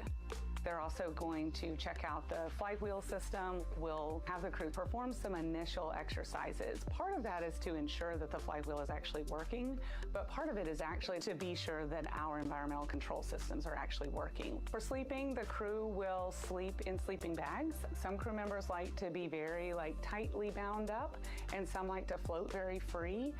They'll use the toilet for the first time and be sure that it's able to flush. While they're on their journey, they'll do some testing that they quickly don their suit just to be sure that we would be ready in the future for an emergency. They'll also check out our radiation shelter. If we were to have a solar particle event, we would be asking them to take stowage out of the stowage bay and put it in some specific locations on the vehicle, basically for it to serve as shielding.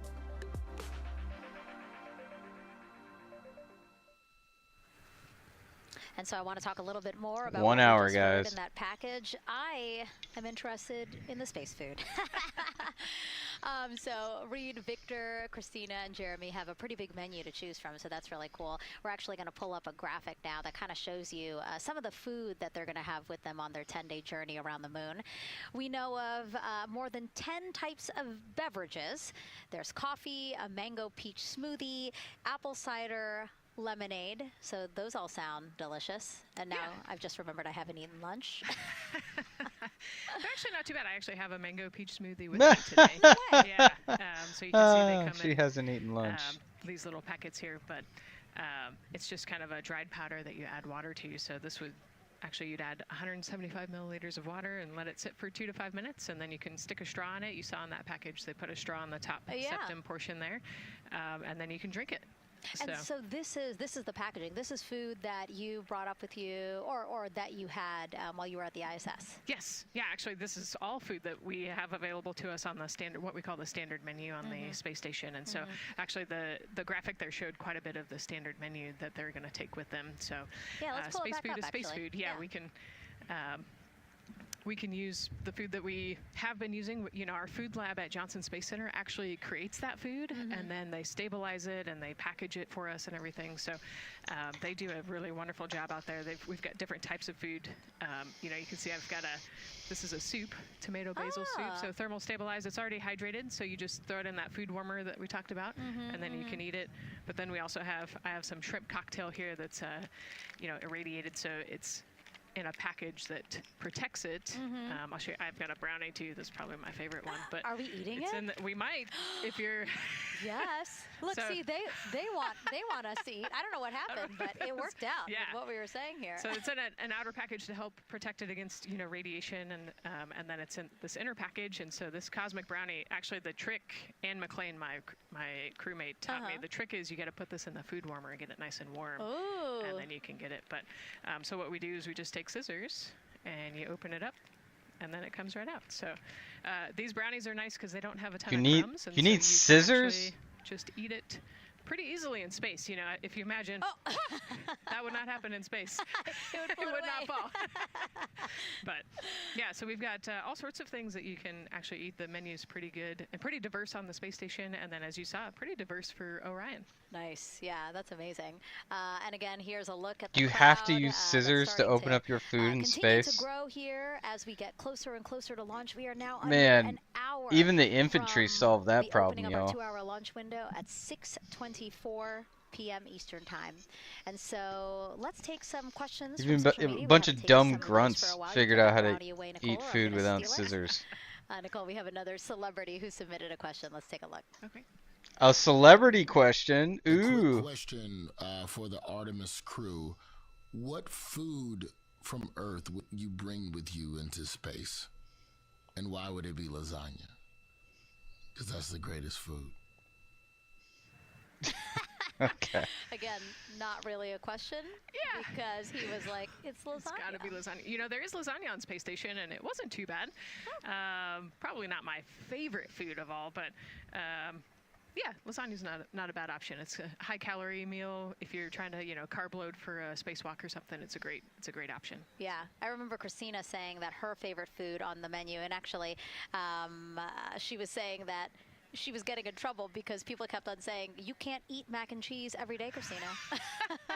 We mentioned mac and cheese and brisket earlier.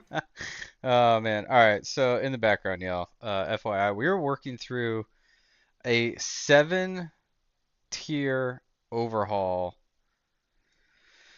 to the user experience.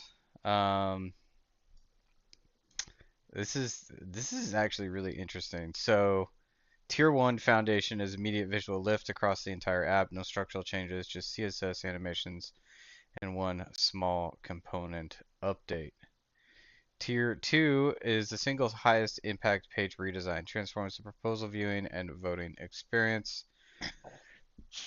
Excuse me. Tier 3, improved proposal discoverability and creation flow. Excuse me. And each one of these tiers has like 5 to 8 items within it.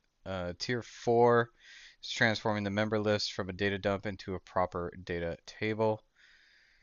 Tier 5, make numbers authoritative and the dashboard useful in the treasury overview. Well,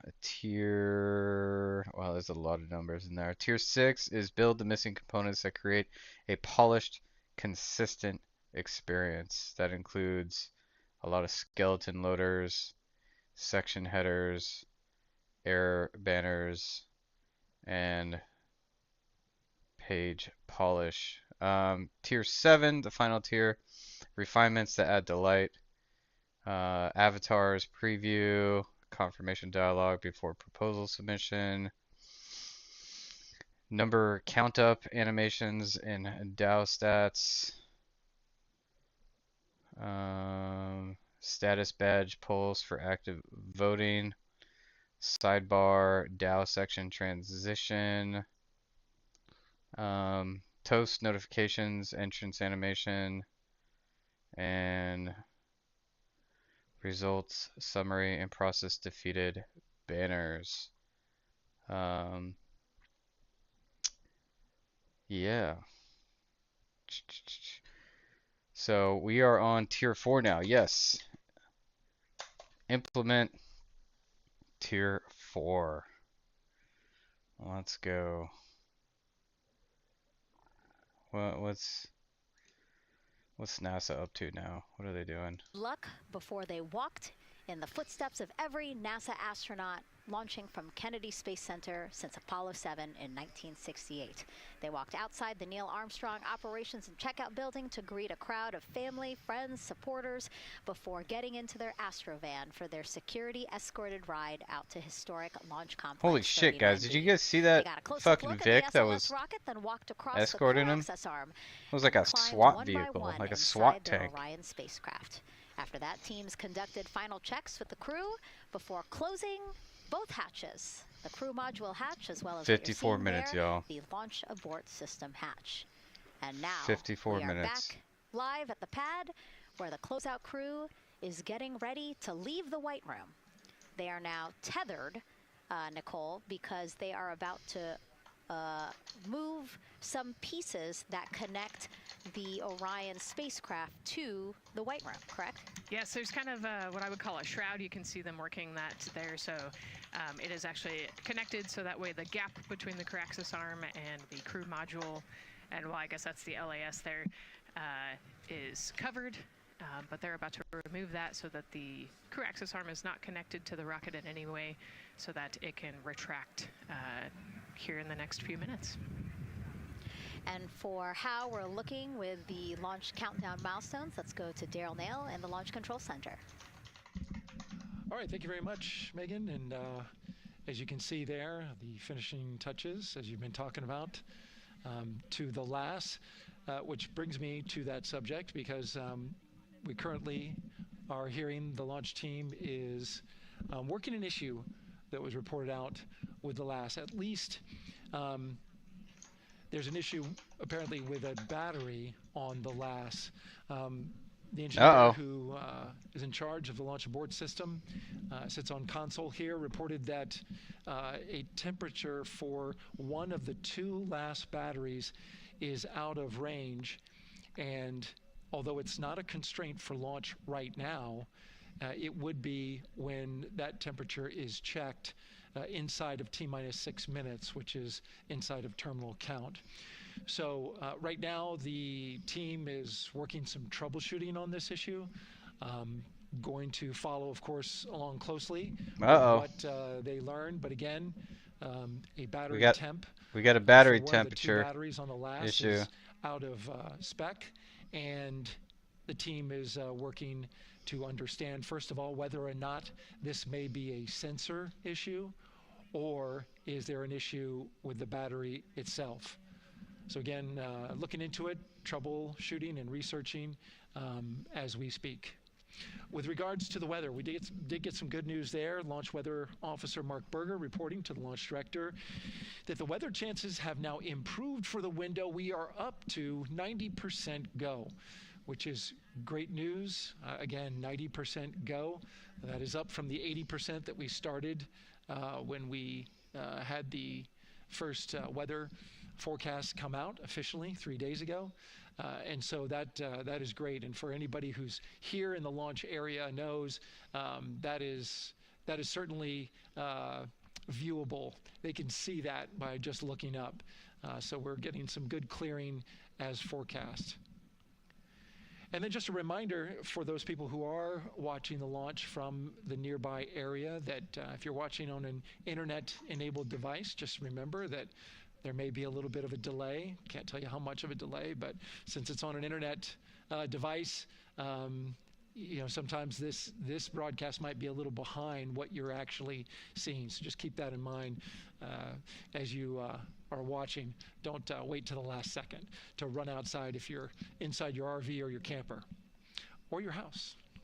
That's the latest here from the firing room. Of course, we'll keep track of that last battery issue. We'll send it back now to Megan and Nicole at the host desk. Two of them there had to be tethered to the inside of the white room, because obviously now we have detached the White Room from the Orion spacecraft. Yes, that view is quite something. Yeah, spectacular. Yep. Oh no, I'm sorry, I forgot. Nicole's scared of heights. An astronaut afraid of heights is actually not uncommon, as we've learned today. But yes, so obviously, again, things proceeding as we march closer to the opening of our 2-hour launch window at 6:24 p.m. Eastern Time. Again, the closeout crew just finishing up those last couple of things they have to do before leaving the White Room and then leaving the pad, leaving only the 4 Artemis II crew members inside the spacecraft by themselves at the pad. Yeah, and then we'll be curious to follow the battery issue on the LAS as well. I think sometimes it's just a sensor issue, sometimes it's a battery issue. So hopefully they figure that out quickly. Mm-hmm. And so if we can take a shot of the crew inside the capsule, if one's available, why don't we talk a little bit more about each of them? So we have Artemis II Commander Reed Wiseman, Baltimore native, and he's actually, you see his feet Dude, she is in so that shot passed there out. from inside Christina's Orion. out. He's been in Out. space one. Denvium, Irit, welcome to the chat, guys. I'm glad you're here. My position hasn't changed until all 5 of you can prove that you're unique humans. We're not handing out tips to you guys anymore. Sorry, not sorry. Set a milestone for station science by completing a record 82 research hours in a single week. He also served as chief of NASA's astronaut office from December 2020 to December 2022. His 2 daughters were out to wave goodbye to him as he made his way to the launch pad. And again, there's Reed's feet. Reed is the one sitting in the seat to the right, closest to our camera there. So looks like he's relaxed by the body language of his feet. Yeah, Alright, you know, I think looks they're like kind of in a holding Tier pattern, 4 if you will, is or waiting for underway. Reed, so it makes sense that he's a little bit relaxed. He's also Let's see if we can see kind of any just a relaxed updates. person I in did general. notice He's wicked smart, these but, Dow cards have a has little demeanor that animation keeps everybody connected calm, to and them. so I That's think we're nice. seeing that here That's today. nice. And so in this shot, Reed is the one sitting on the left, and to his right, Are Artemis 2 pilot Victor interesting. Clever. NASA selected the California native as an astronaut in That doesn't look too 2013, great. and at the time he was actually serving Members. as a legislative fellow in the United States Senate. His first That's trip alright, to I space, guess. November 2020, pilot of NASA's This SpaceX is alright. Crew 1 Treasury. mission. That was the first operational mission of NASA's Commercial Crew program, which resumed Okay. launching I don't see American many rockets updates from there. American soil to the Navigators. International Space Station since the end of the shuttle I program. don't see a lot of Victor updates is here. a U.S. Add Navy navigator. captain and Here's the naval aviator catalog. who served as a test pilot, racking up more than Okay. 3,500 Still got to build out flight these hours other in more than 40 navigators different settings. aircraft. So again, he probably feels pretty at home in the pilot seat of Artemis 2. Yeah, I think he does. Okay. He got to say goodbye to his wife and 4 kids. Again, those were the family that he had here at Kennedy Space Center before the 4 of them drove out to the pad. Yeah, and you can see I there, we talked guess. about Victor's energy earlier, I and don't you know. can see him working through, Think, pushing some buttons on the displays. Looked like he was pulling up a procedure, so he's following along and ready to go. Looks like. Oh, we have And some numbers up here. Mission specialist Christina Cook, sitting on the upper That's interesting. left-hand corner of the screen there. Oh, native this of one Grand expired. Rapids, Michigan, was selected to the astronaut Forgot to corps process in that one. 2013, same class as Victor. Served as flight New engineer proposal. on the Oh, this International looks Space way Station from better. March 2019 to Funding, February guild 2020. tokens, membership, During that governance, time, she set a record for the communication, longest single space flight by a advanced. woman. This with a looks total way of better. 328 consecutive days in Um, space. How cool. She also participated in the first ever all-female spacewalk. And before becoming an astronaut, Christina helped build space Yeah, science these instruments look and way led better. scientific These field work in icons some of the most aren't remote great for the light environments on the theme, planet. but Her hobbies include surfing, rock that climbing, looks community service, way better. yoga, and photography. Go ahead, NCD. A couple of suppressed overvolt messages. We're going to go ahead and clear those off your screen. We see them and we copy. All right. NASA test director. We're still working here, trying to get through everything. So we're getting close, and then trying to talk that other issue that we just picked up a little bit ago. But I think work-wise, we're doing really well. Sounds good, NTD. We're doing great on board. Glad to hear it. Love this view. This view is freaking NASA test way test better. director giving an update to the crew. Some messages flashed on their displays. Just Quad wanted to is say that they didn't have to worry about that. just We're going to clear chunking that. right now, I And then guess. also just reassuring the crew again. Look at her. that Christina. they are Oh, tracking she's and awake. working the I thought she issue was with the passed out. launch abort system battery. Yeah. All right. And then first-time flyer, Canadian Space Agency astronaut Jeremy Hansen will fly to the moon as mission specialist on the Artemis 2 mission. The London, Ontario native selected as an astronaut in 2009. After that, he worked as Capcom at NASA's Mission Control Center in Houston. What up, Capcom Francisco? stands for Capsule What are Communicator Dow and is the ships? Oh man, let me tell you. First of all, we gotta get you tipped, man. Welcome. Haven't seen you around in a while. Definitely need to get you hooked up. Dow ships, a Dow launcher on Quai network, man. It integrates with Quai Vault. Oh, dude. Dude, what are you shilling here?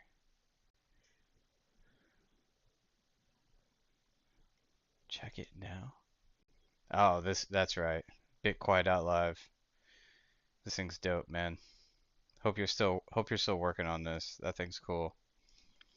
Let's get you hooked up with some Quai. There we go. Bingo bango. Looks like Claude is cooking now. DAO ships, man. Your place on Quai Network to launch a DAO. So it's basically inspired by Moloch DAO v3 or Ball DAO. But you can see here we've been working with this test DAO. It's got a little profile here. We got a test of the DAO warning system here. We got a treasury. Again, these treasuries are Quai Vault treasuries. So you can open them up in Quai Vault and see what the DAO holds in Quai Vault. Guild token balances. Going back to the overview, you also have proposals. There's some like, ooh, we're getting some new tagging here on proposal types. I wonder if this looks a lot better in dark mode. Some of these tags in light mode don't look that great. Yeah, so you can propose funding, changing the guild tokens, add or remove members. There's governance config proposals you can make. Navigators, excuse me, are like extensions, like DAO extensions that enable some additional functionality for your DAO. I'll get into that in a second. But then we were just cooking on some custom actions here for proposals to the DAO. Here's the members page. You can see you got members. They have a variety of stats associated with them: shares, loot, voting power. You can delegate your shares to other DAO members. So it looks like Rick has delegated some of his shares to Bob, and Carol has delegated her shares to Alice. So these two members are voting with these votes on top of the votes that they actually own. Again, the treasury, and then the navigators. So we have two navigators currently. The onboard navigator allows members to purchase shares with Quai. So this is something that DAOs can enable, and they can configure it to be whitelist only, which we were testing. So this guy is on the whitelist. He can purchase some shares with Quai. There is also the ERC20 Tribute Navigator. So imagine you want to be able to purchase shares with WrapChi or USDT or what have you. This is another navigator type. Let's see here. Who can actually purchase? There they go. This account is on the whitelist. They can submit. Right now we've got it configured for test tokens. So they can purchase shares with an ERC20. So, and then lastly, here's the settings page. But yeah, that's what DAO Ships is, man. Launching DAOs on Quai Network. Hope you're excited for it. I know I am. And we are currently overhauling the UI. Yes. Continue with tier 5. We're on stage 5 of 7 on overhauling the UI. Demvium, Irit, 0x Bad Tie, Kelly Young, and Trexium. You are all one individual that is just farming this stream. You know the deal. I told you last 2 streams. Appreciate you guys tuning in and retweeting the streams. Definitely love that. But I'm all out of free Quai for you until you prove to me that all 5 of you are unique humans. Because at this point, it's pretty obvious you're one person just farming the stream for Quai. So it is what it is. But that being said, again, like always, if you prove to me you're all unique humans, you each get 100 Quai. So you're incentivized to do so. Meanwhile, hope you're having a good Wednesday. And cloners, Francisco, let me know if you have any questions. Let me know what you think. Lastly, I'll say I don't think I've asked you directly, but if you would like, go check out Quai. This project is effectively complete right now. So you can go launch your own vault on testnet. You gotta be connected to testnet to do so. But you can launch your own vault. There's a lot of documentation that you can peruse. Let me know what you think, what your experience is. Would love to get your feedback worked in here.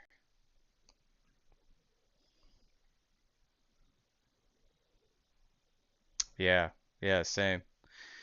Same. It's actually part two of a three project system that I'm hoping to stand up. So first you need a vault, a secure way to store funds.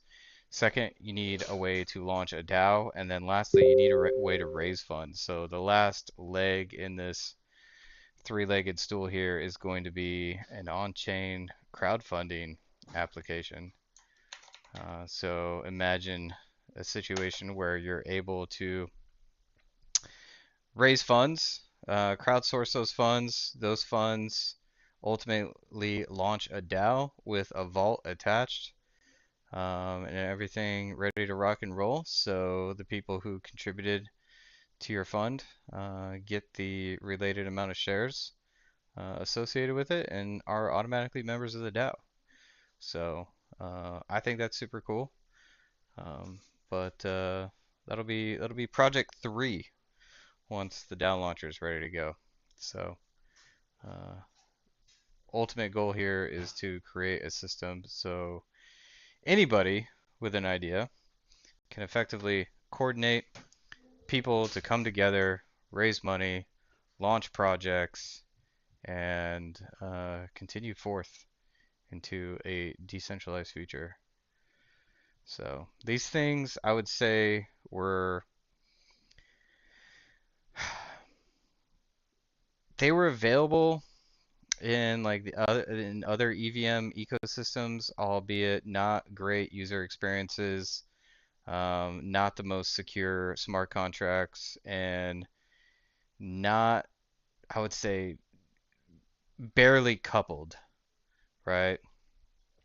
So if you wanted to do the same thing in other EVM ecosystems, it was definitely a challenge, and those platforms weren't really purpose built for all that to work together very well. So some people have made attempts, but yeah, I think this is probably the best attempt thus far, and we're cooking pretty quick now with Claude. Probably spent 5 to 8 weeks just auditing Quai Vault with Claude.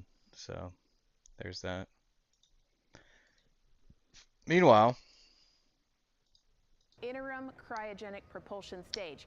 Don't try and say that too many times fast. But the ICPS 36 is going minutes to to be launch, right here, and guys. that's our in-space propulsion. About People 50 are minutes about to into, fly to the after about dark 50 side of minutes the moon. into launch, it is going to conduct that first burn, and that's going to be the perigee raise maneuver. Essentially what that is going to do is going to raise the spacecraft from a lowest point of Earth just a little bit higher into space, and then they are going to conduct that nice path. It's going to set them on that nice circular path around the Earth. That's when they're going to start to be able to really check out this spacecraft. The Orion spacecraft is going to be able to, like we've talked about, be maneuvered by the crew. They're going to check out those life support systems, and communication checkout's going to be vital at that point as well, obviously. Then they will be conducting that another burn, and that's going to raise them just a little bit higher again. And then they will, it'll be about time for the ICPS to separate, and they will start another lap around the Earth as well. Now, the ICPS, but even after it separates, its job will not be done, because they will have the opportunity to conduct something called the proximity operations demonstration. And this is going to be really important for our future lunar missions, because the ICPS actually has a target on it, and the crew is going to have the opportunity to manually maneuver. All right, we got to check something out, folks. What is going on here? What's Alan up to?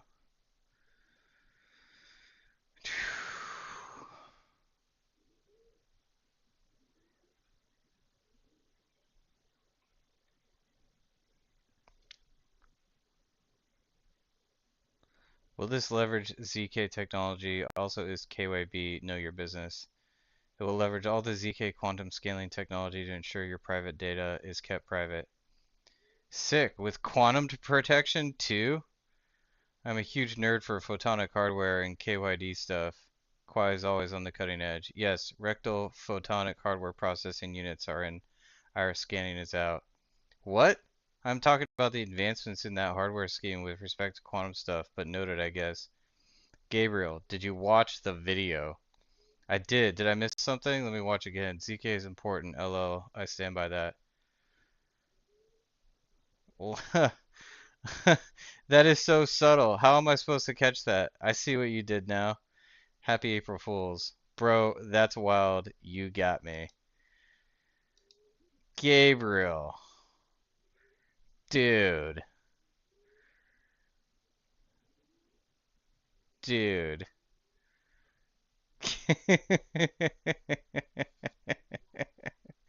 Okay. uh, uh, people. People. Now, obviously, more as Ugh. It knows no bounds, guys. It knows no bounds. It will always surprise you. People will always surprise you. You know, you think people can only be here? No, no, no. You know, adjust your standards. Adjust your standards. Hilarious. Uh-oh, Scarlett Johansson. You're flying to the moon for all of us, and we are in awe. You're the true heroes. You are not just astronauts. You are Oh, pioneers, jeez. venturing deeper into the unknown. Of But course you they are not need alone. celebrities to promote We this. will be all cheering you on from planet Earth. Hey, I'm Victor Wembanyama, and I play basketball in the NBA. Oh But my I'm not gosh. only I'm with interested in Noah. astronauts, This is too much, I'm guys. also interested in shooting stars, dark matter, and all other types of astronomical phenomenon.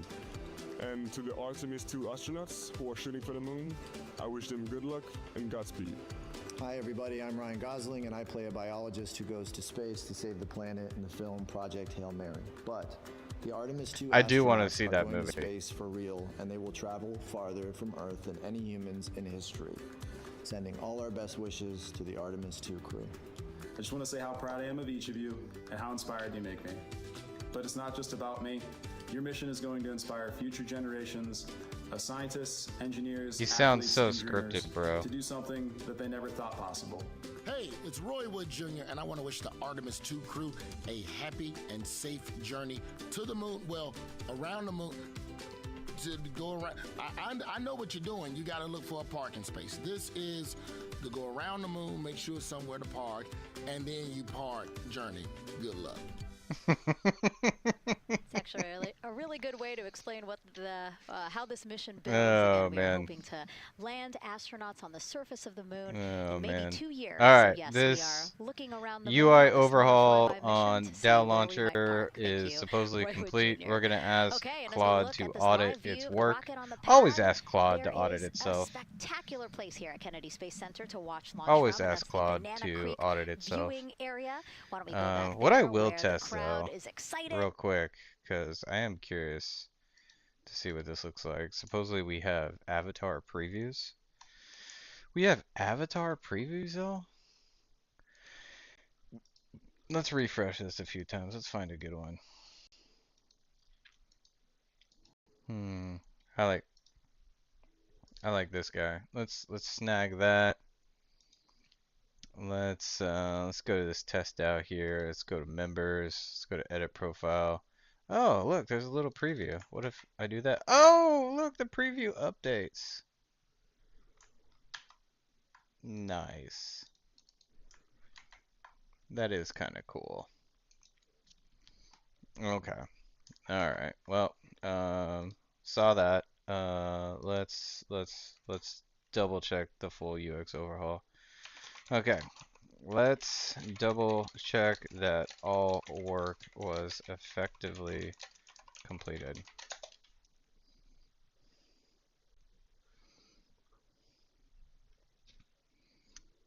Freaking Freaking Gabriel. Uh,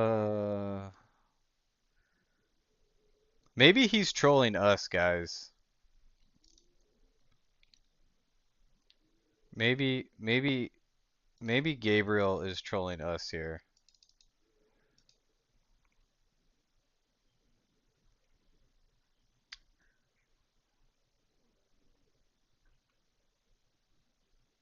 Ah, man. I don't want to say too much. It's just I guess I'll just say I'm like disappointed. I'm a little disappointed. Center Orion true and resonated with NASA's Administrator Jared Isaacman again to see the 28 workforce come minutes. together to do the work and then to be here for launch. So why don't we actually go over to him now with our Jasmine Hopkins at one of our other viewing locations. All right, Megan, thank you so much. The energy here on the balcony is honestly becoming electric as we get so close to launch, and now we are thrilled to welcome NASA Administrator Jared Isaacman. Jared, we're really entering a golden age of exploration. How will Artemis 2 set the pace for the coming years? Okay. Well, I mean, Artemis 2 is the opening act, right? This is the test mission. This is getting very comfortable with the SLS rocket, the Orion spacecraft. No humans have ever flown on this before, right? And we're going to put it through its paces. We'll go into Earth orbit for a little bit, make sure Orion's doing okay, and then we are sending them, right? We're going to send them farther into space than any humans might have gone before, 250,000 miles away, and it's going to set up for the subsequent missions. That's why we're going into the golden age of science and discovery right now, because you're going to see a moon rocket launch in 2027 when we do our testing with the lander. We're going to go for the landing on Artemis 4 in 2028, and in parallel, we're going to build the moon base, right? And that is going to be filled with science discovery and tech demonstrations that's going to support the enduring presence we're trying to create on the surface. Absolutely. So honestly, history-making years ahead of us, you know, with Artemis 3 and 4. But first is Artemis 2. What will be our single greatest takeaway from this mission? Well, I'll tell you, I mean, after ignition, to me, the moment that I'm going to be most excited for is splashdown. There's no question about that. Good shoots coming down off the West Coast. But look, I think the takeaway from this is gaining extreme comfort in the Orion spacecraft, right? I mean, this is very different than what we've done for more than a half century, right? I mean, the velocities that spacecraft is going to re-enter at, it's going to be new territory for us. We want to get our arms around that completely. So I would say the performance of SLS plus Orion is everything on this one. We want to make sure we do it in as a safe way as we possibly can, understanding what we are undertaking right here. Bring our crew back. We're adjusting some of the light mode elements here. If you look closely, this is a little hard to read. Announcement, navigator, membership. Those are a little hard to read, and it doesn't look like all proposals have those tags for some reason. So that's curious. Additionally, on the new proposal page, these icons also don't look that great. They look great in dark mode. Like if I go back to proposals, much easier to read in dark mode, a lot harder to read in a light mode. Excuse me, looking at the overview here, we can also add tags on these proposals. This could also become more of a list. Excuse me. Yeah, it's already fixing that. Okay. This also could be more of a list when we look at this proposal here.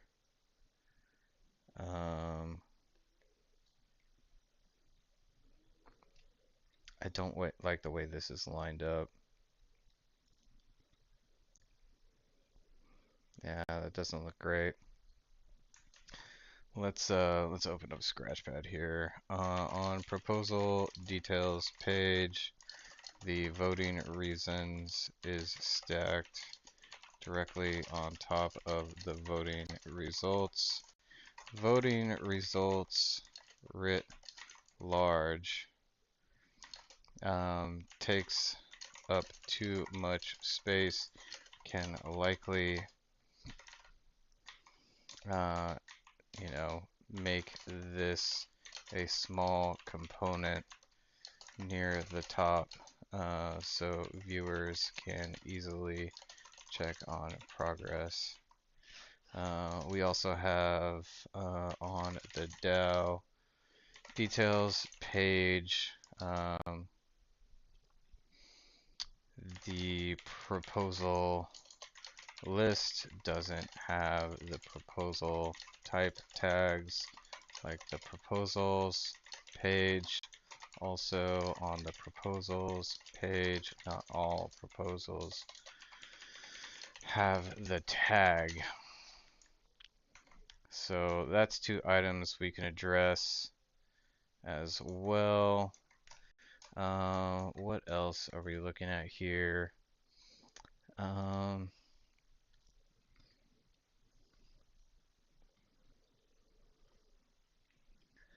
Yeah, this would look a lot better as a list, in my opinion. Much like members and on the overview. The treasury is also probably taking up too much space. This whole details page can be organized a little better.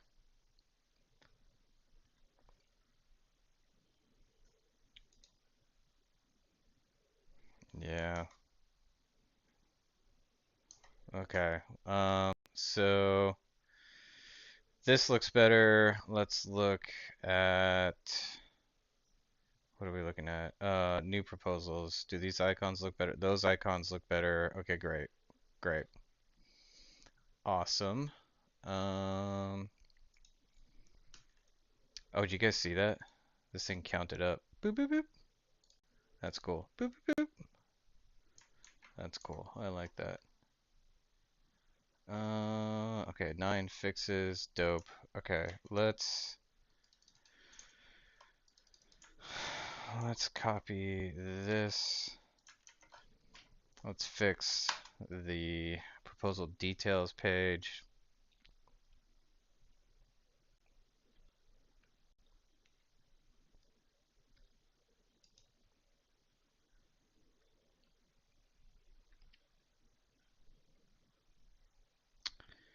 "20 minutes, guys."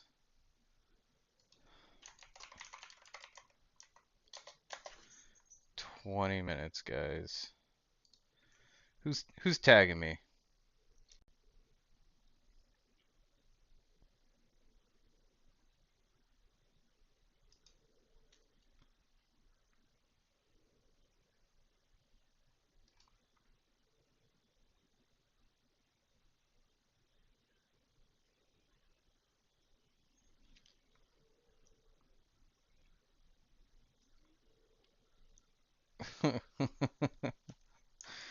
uh People are voting on people are betting on the Artemis launch.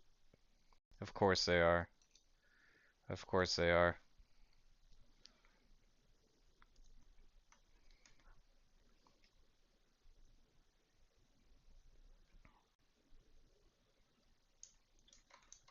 Nice. Are we getting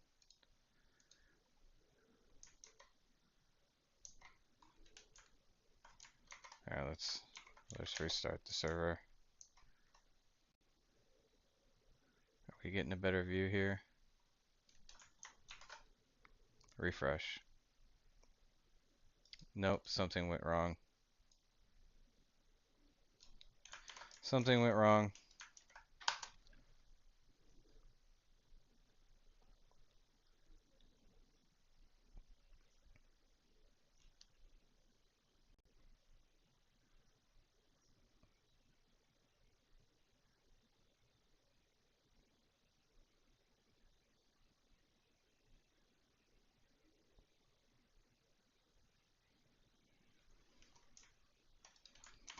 Restart the server.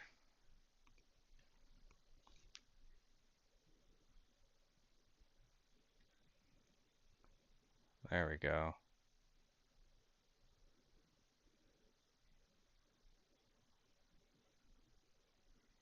We got a vote breakdown. Okay. All right, well, that's no longer needed. That's no longer needed. Okay, that's better, but on processed proposals, we're still showing the vote breakdown and actions elements, which frankly aren't needed at all anymore on processed proposals.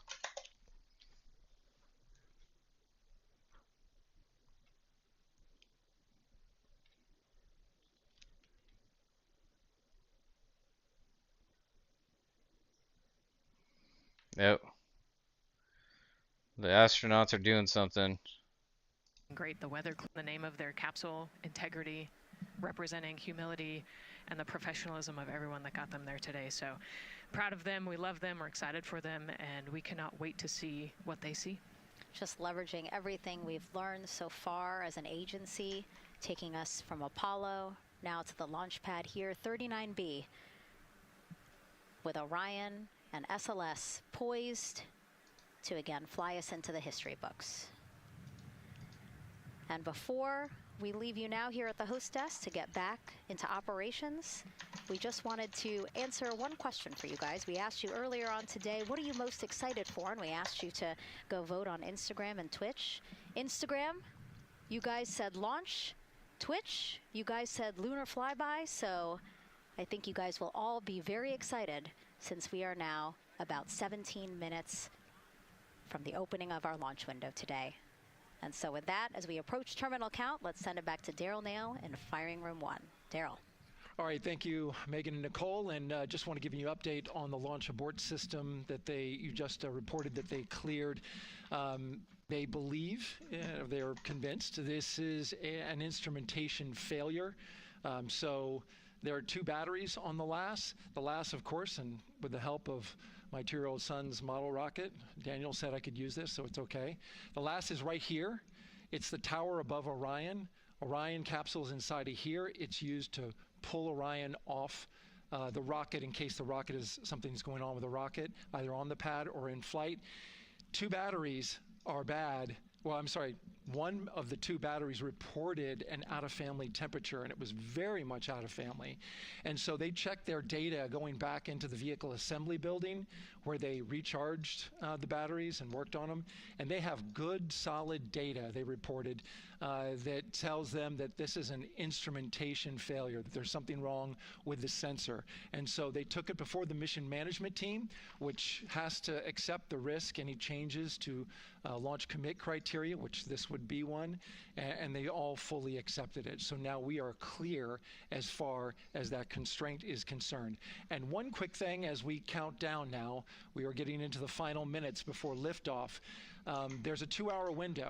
We haven't we quite got set another the interesting T0 issue yet, here. but this is a list of the cutouts. There are 150 cutouts Some that are included proposal for this 2-hour launch details window, have and that's a important in summary very small print. of results. That's important because Some there's don't. basically 16 minutes inside this window that they cannot launch, and these are because of small things flying in orbit. There's a lot more things in orbit than there were back in Artemis 1 when we had 35 to 40 cutouts.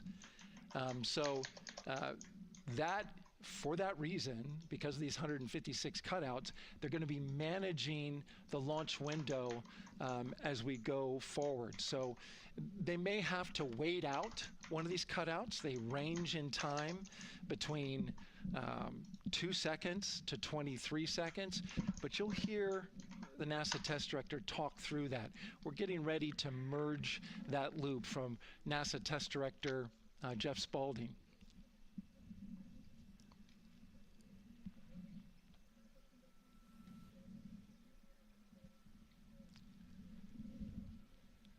And so now I'm listening to the launch team get ready to merge their operational channel.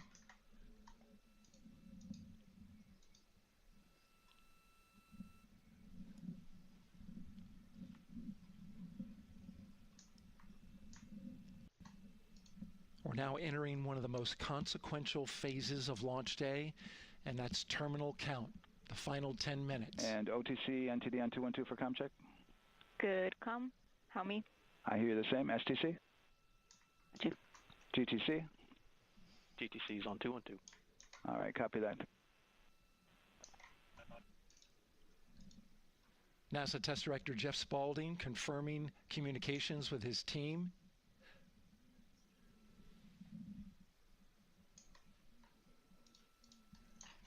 There will be 2 polls that we'll hear. One from Spaulding, the NASA Test Director, confirming the ground systems and the launch team are ready to proceed. At this point, we have a clear board,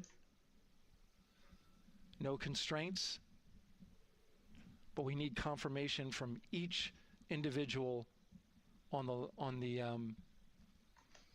NASA Test Astronauts are awake now, y'all. So we'll hear him poll his team. The other poll that we're waiting for is the poll from Launch Director Charlie Blackwell Thompson. Jim says Kalshi was at one point in the last 30 minutes, 57% because of the battery issue. To come out of the hold. And you're seeing the clock count down at L-minus 12 minutes. That's funny. CCL, OTC, Orion, or S1. Based on a blog, the heat shield might be bad. Man, I saw some major freaking gashes on the outside of that door. And CDR, OTC, That's a little sketchy. Go. ARS loop ISO valves are being closed at this time. Integrity copies. NGDLP. Go. Yes, I had a discussion with sea ice and with MER manager regarding the observation the sea ice had a few minutes ago. They were able to confirm with BCI photos that the condition that they observed has been there since 2025. MER manager has had a chance to review the findings, and they do not have any constraints from either a sea ice or MER manager perspective. Okay. Copy all. And Launch Director, NTD, you copy? Yes, sir. I copy. That's good news. OTC, CCL 212. OTC. ARS primary loop isolation valve configuration is complete. Copy. Oh, interesting. So Jim says the heat shield was a problem on Artemis 1, so hopefully they fixed it. Hopefully. And CGLS, NTD, cancel pending, please. GLS I don't know nothing about Artemis 1. Complete.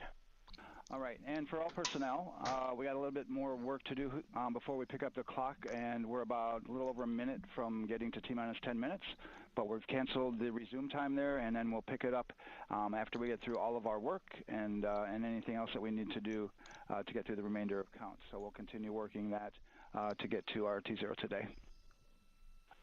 So when we get to about 50 seconds from now, we'll extend that hold. CVSE OTC. CVSE 400 290, looking to verify that we are configured for ascent. Yep, give me about 2 more minutes. I'm going to start CMA2 streaming. Copy. NTD, COSE, hold requested. Copy that. I have an LCC violation of O-CT-004, S-band transponder anomaly. This was a transient LCC violation, so transponder 1 had a demodulated SNR estimate that went down to 2 dBm when it should have been between 10 and 13. It is now back up to 12, but we did lose that for just a moment. It does not appear that we lost our bit sync or carrier lock, which would be indicative that we lost our lock with the vehicle. So at this point, recommendation would still be go. However, we do have a pre-planned contingency procedure if we want to look at that. But again, this is transient, so we're back in a nominal range. All right, let's see. LPE, NTD?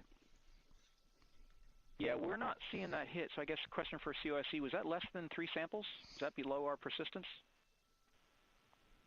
Stand by. Let me look. It did look like it did persist for several seconds on mine, but let me take a look at the number of samples. Could I get a repeat on the affected LCC, please? Yes, ma'am. That's going to be O-CT-004. Thank you.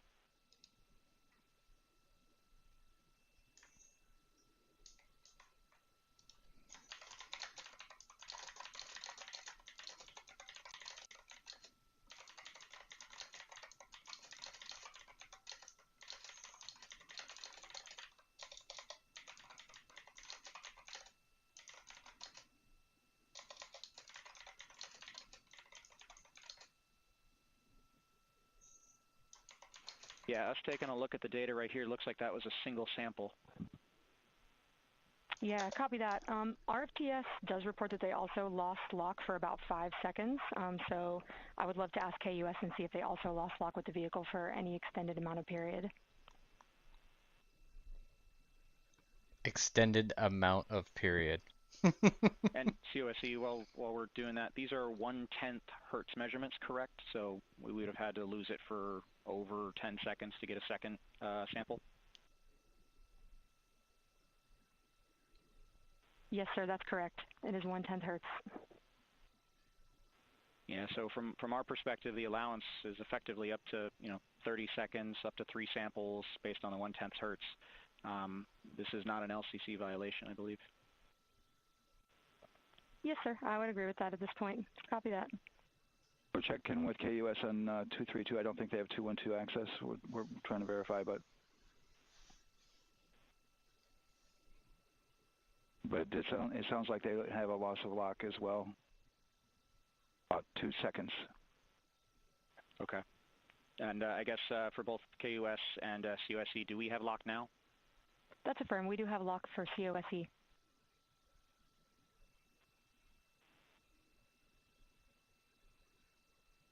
Yeah, so from the integration console perspective, we did have a temporary loss there within the allowable, and per the requirement, let's go. And this is Houston Flight. We have lock and we have good telemetry here in GSE. And KUS is reported to they have good lock now. So with all of that, OSC, then are we in a go configuration per your LCC? Yes, sir. Recommendation would be go. Okay. LP, you concur with that? Yes, sir. LP concurs go. And Launch Director? Yes, sir. Launch Director concurs go. All right. 10 minutes. I'm going to go ahead and just verify everybody has everything else complete, Launch Director, and if we do, we'll be ready They to stopped the pick up poll clock. at that time. That's bullshit. Unless there's something else that you're aware of. Polymarket's freaking out right now. Let's verify all our work is complete, and I would like one last check of our constraints list. All right, let's see. OTC, are you still waiting for ComConfig, or are you? That is affirmed, sir. Okay, Yeah, is that your only open item? Yeah, OTC, this is CVSC. That 400 step 290 is complete. Copy. Okay, so OTC, you're complete with all your work? That's affirmed. All right, copy that. STC? STC is complete. And GTC? GTC is complete. Okay, excellent. What bet is that, Jim? Just want to verify we have no open constraints at this time. No open constraints. We have a clear board, sir. Okay, tracking the same here. Just overall launch today. And Launch Director, with that, we are clear and ready to pick up the launch readiness poll with your go. All right, sir. I am go for the poll. All right. And for all personnel, this is the NTD conducting the Artemis 2 launch readiness check. Verify ready to resume count and go for launch. OTC. GTC is go. STC. STC is go. GTC. C's go. MCO. CO's go. Safety Console. The safety console is go. LPE. LPE's go. RTD. RTD's go. Houston Flight. Houston Flight is go. ROC. Rock is go. And CDR. Cruise go. Copy that. Thank you, Reed. And Launch Director NTD, our launch team is ready to proceed at this time. All right, NTD, I copy all. At this time, I'll perform my poll. Attention on the net. This is the Launch Director performing the final poll for launch, verifying no constraints, and go for launch. EGS, Program Chief Engineer. Artemis Chief Engineers are go. Copy, thank you. EGS, Chief Safety Officer. The Artemis CSOs are go. Copy, thank you. Range Weather. Launch weather is go. Thank you, LWO. And Artemis MMT Chair. MMT's go. Thank you, John. And Integrity Launch Director. Good to hear your voice, Charlie. PLT. Thank you, Charlie. This is Victor. We are going for our families. MS1. This is Christina. We are going for our teammates. MS2. This is Jeremy. We are going for all humanity. Going for all humanity. Artemis 2 crew is go for launch. Full send. I copy that. Reed, Victor, Christina, and Jeremy. On this historic mission, you take with you the heart of this Artemis team, the daring spirit of the American people and our partners across the globe, and the hopes and dreams of a new generation. Good luck. Godspeed, Artemis 2. Let's go.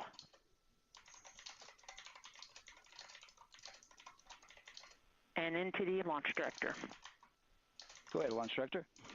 Yes, sir. You have a go to proceed with countdown. Copy that. I'll put it in work. CDR, NTD. Go. Gear risers and initiate short purge per your EPROC 10.1.1, steps 8 and 9. 10.1.1, 8 and 9 going to work. Copy. CVSE NTD, start and verify recordings of our Orion cameras. Copy. Okay. Well, there you heard it. RSR NTD. RSR. They're getting ready to start terminal count. arm rotation enable at this time, please. It's currently at T-minus 10 minutes. 10 minutes. Once we wrap up this last bit of work, SNA arm rotation 10 minutes. we're going to start that clock. Copy that. Thank you. Integrity crew, close and lock visors. Guys, when Elon landed 2 boosters at the same time in 2 separate locations, I was working at Nike, and the entire engineering team at Nike was smashed into a break room with a big screen TV. Telemetry log And when we watched both of those boosters land at the exact same time, they checked the data, the whole room just that burst they into had a good cheers. lock. It was an interest. It was a the crazy S-band moment. It transmitter was a crazy on the moment. Orion. Worked through that Definitely issue, looked at the data and cleared a it. major event. All with the world watching. Impressive work by the launch team. So we have a 2-hour window, which starts in just a few minutes at 6:24 p.m. Eastern Time and goes until 8:24 p.m. Eastern Time. And ECL NTD will be waiting for your verification on the short purge.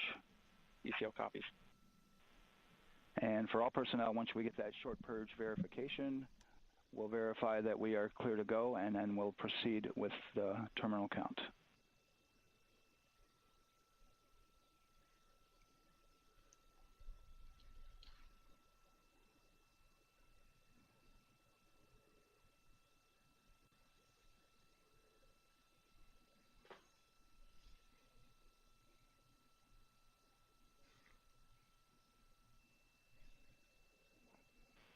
ECL time estimate?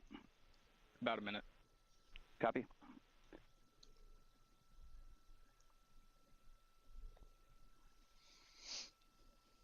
One minute till launch window. My clock says 5:24, 6:24 Eastern Time. I think they need to start so this going clock. into the launch window. Let's Not go. by Let's much, launch it looks this like. baby. Best of luck, astronauts. Just wrapping up some final work. You are breaking records, that's And for once sure. that's completed, you'll hear NASA There's Test a lot Director of Jeff people out Spaulding there that believe ask for human the ground beings launch have never sequencer left the operator firmament, that they can't make to it go through ahead and all that start the radiation. clock.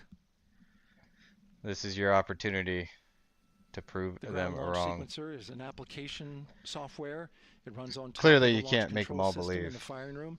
Acts like a conductor of an orchestra, executing hundreds of commands in precise order and timing.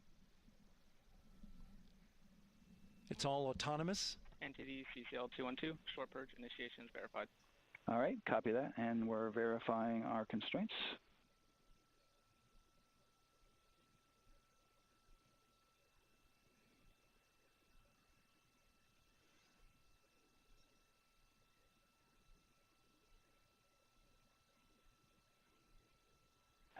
All right, and we're clear from cutouts. And with that, we're going to resume the clock momentarily. And CGLS, you can resume the clock on your mark. GLS copies. 3, 2, 1, mark. GLS mainline has been initiated. Counting T-minus 10 down, minutes and 10 counting. minutes. And that begins terminal count. Our new T0 is 6:35 p.m. Eastern Time. 6:35 p.m. Eastern Time. We are now counting down to liftoff of Artemis 2.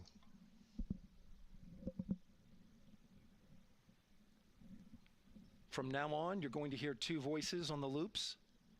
If everything goes nominally, NASA Test Director Jeff Spaulding, who's directly managing the launch team, and Alex Bendelos, the GLS operator who closely monitors the software. He has the ability to stop and restart the countdown.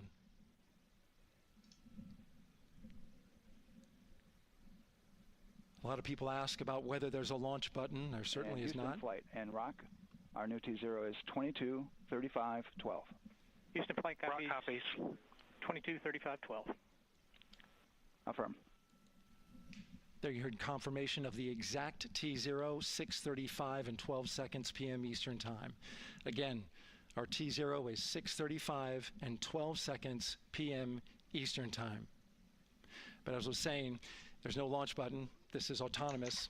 But there is a button that keeps you from launching, and that button allows the GLS operator to pause the countdown outside of terminal count and during terminal count and submit a hold to the next holding point. So the clock won't stop right away. If there's an issue, we'll go to the next stable holding point.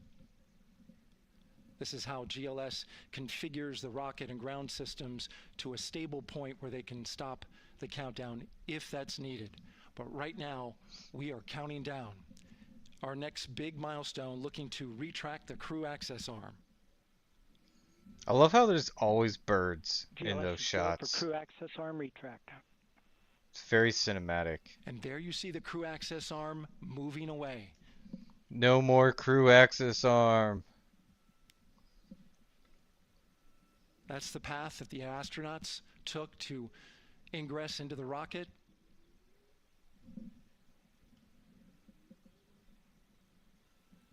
Until this point, that was their way off the pad if they needed to evacuate. But now with that arm retracting, the backup transitions to a launch abort system. And they'll begin arming that shortly.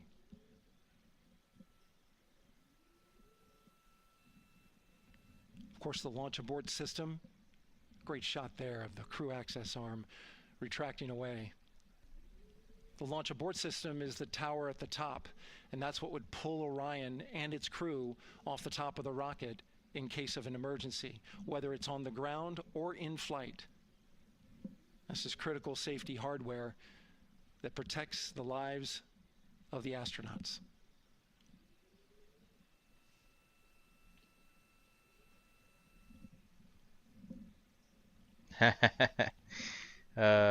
Starting at T-minus 6 minutes, the GLS will start bringing Jim that and other says high-energy systems online. the bet was starting on with whether or not it core was stage delayed. It's back pressurization. at 90 cents to the dollar. There's attenuation material that makes the rocket a Faraday cage. But he still doesn't believe in the moon landing. Yeah, I don't think anybody here believes in the moon landing at this point.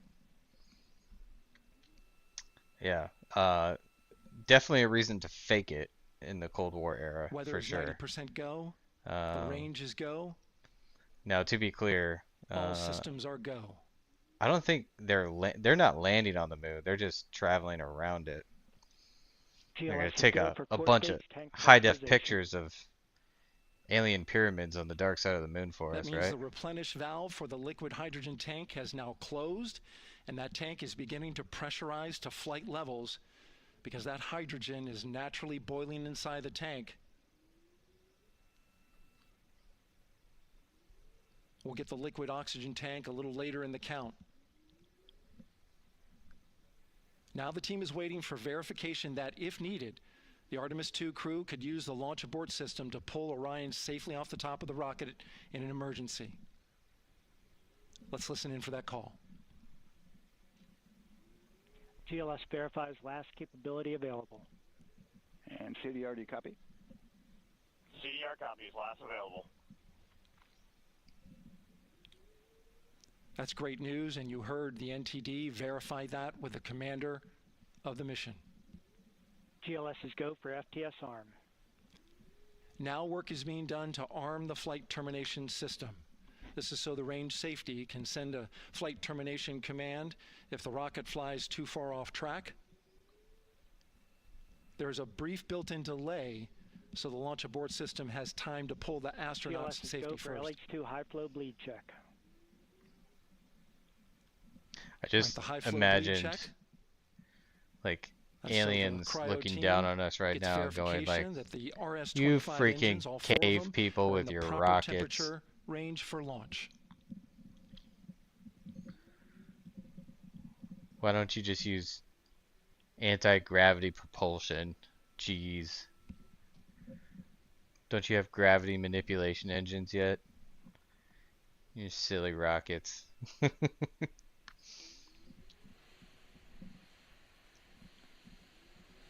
GLS is go for core stage APU start. Core stage APUs start. Those are auxiliary power units. High-speed turbines which provide pressure to hydraulic pumps that steer the RS-25 engines. We're going to see a gimbal test a little later at T-minus 2 minutes and 30 seconds. This is what allows that to happen.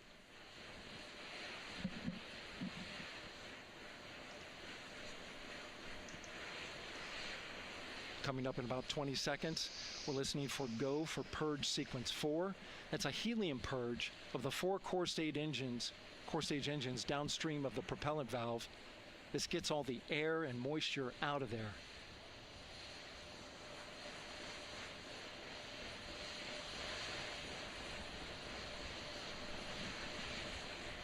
GLS is go for purge sequence 4. Moving through the milestones. All is looking good.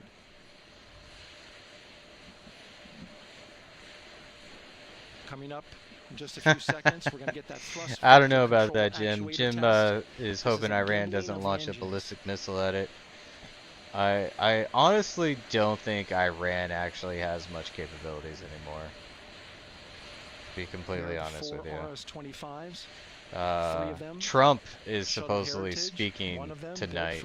We'll see what he says about the situation. It's kind of like a impromptu State of the Union. Wolf, come on, man. You guys are funny. Now we're going to start moving the power from both the upper stage and the lower stage of the rocket to internal.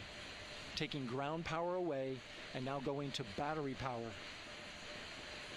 Is it that same battery that had an issue earlier? All right, power is removed from the rocket's upper stage, the ICPS, and it's been switched to battery. Same milestone for the There's ironically, why is all this happening on April Fools? Right now, that's kind of my question. We got this like historic NASA mission. We got Trump doing a freaking impromptu State of the Union speech.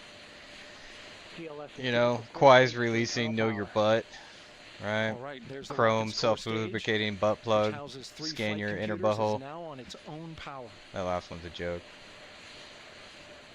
But April Fools of all day, of all days on the calendar to do this. So we would have to recycle back to T-minus 10 to recharge if we had a hold. This might be an April Fools to remember, folks.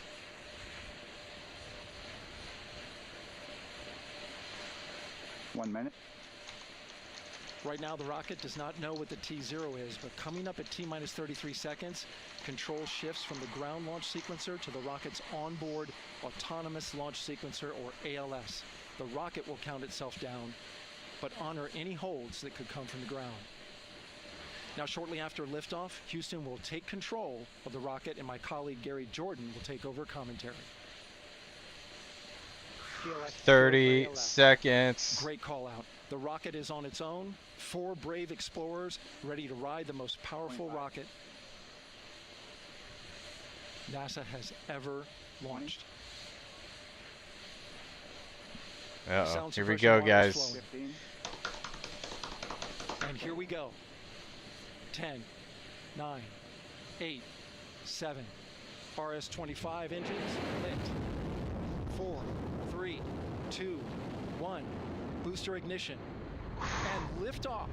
It's going. The crew of Artemis 2 now bound for the moon. Humanity's next great voyage begins. Good roll pitch. Roger, roll pitch.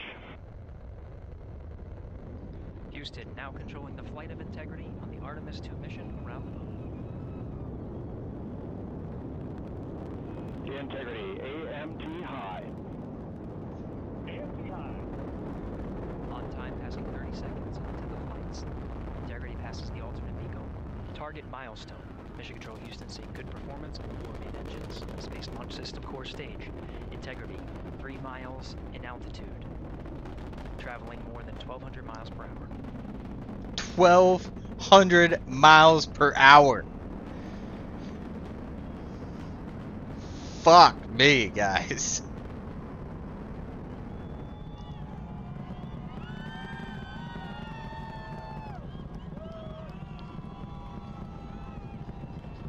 Mission elapsed time, passing 1 minute, approaching max Q. On, Ponce de Leon. Stan, we have you loud and clear on Ponce de Leon. Have you the same? Communication signal transfer confirmed as Integrity and its crew go supersonic. Approaching 90 seconds into the Artemis 2 mission. Integrity is 14 miles in altitude, 8 miles downrange, traveling more than 2,600 miles per hour. 2,600 miles per hour. Holy cow. We are live on YouTube. 1 minute 50 seconds of mission elapsed time, standing by for main engine throttle down to 85%, ahead of solid rocket booster separation, expected at the 2 minute 9 second mark. We see throttle down.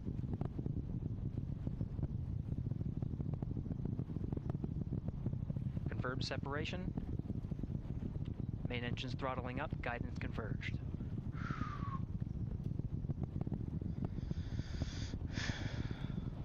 Where are those bad boys falling? Integrity, guidance converged, performance nominal, upper stage RCS ready. I noticed they're not using SpaceX rockets. Are those things going to land? I don't think so. Integrity, SM priming complete. SM priming complete.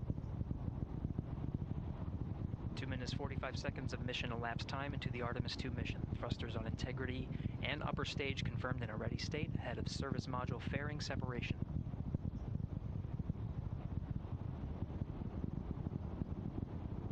Minutes into the flight. Integrity, 49 miles in altitude, 78 miles downrange, now passing 5,000 miles. Look at that. Boom. Just dropping more metal on people's heads. Standing by for launch abort system jettison. Houston Integrity, good last jettison, great view. Copy jettison, Team Eco 8+02. We see the same on board, Stan. And Houston has you loud and clear on Tidris at the Carmen line. Outstanding, Stan, we have you the same. 3 minutes 50 seconds into the flight of Artemis 2, Wiseman, Glover, Cook, and Hansen cross the boundary to space with good comm checks. GPS signals acquired after last jettison now working on internal checks to verify accuracy. Flight Dynamics Officer analyzed the time of main engine cutoff, confirmed at 8 minutes 2 seconds, time of MECO.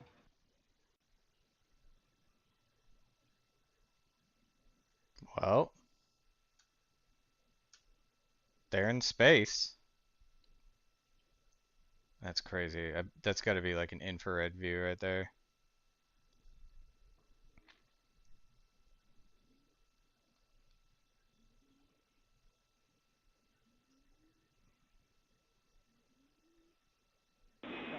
Integrity, GPS processing. Outstanding, Stan. We see the same, and we have a beautiful moonrise. We're headed right at it.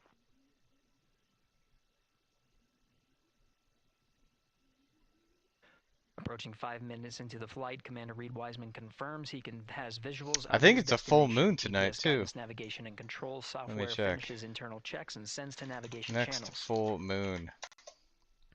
Is that tonight?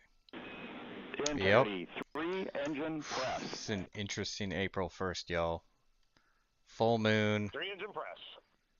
Know your butt just got launched. On time now, passing 5 minutes 20 seconds of mission elapsed time into the Artemis 2 2 mission. launch. At this point, 3 good main I wonder engines are all what that's needed Trump's to going carry to say Integrity tonight. to What do a you guys nominal think main Trump engine is going to cutoff say target. tonight? Though at this time, we're seeing 4 good engines here in Mission Control Houston. Integrity, 75 miles in altitude, 330 miles downrange, approaching 10,000 miles per hour. 10,000 miles per hour? What the fuck?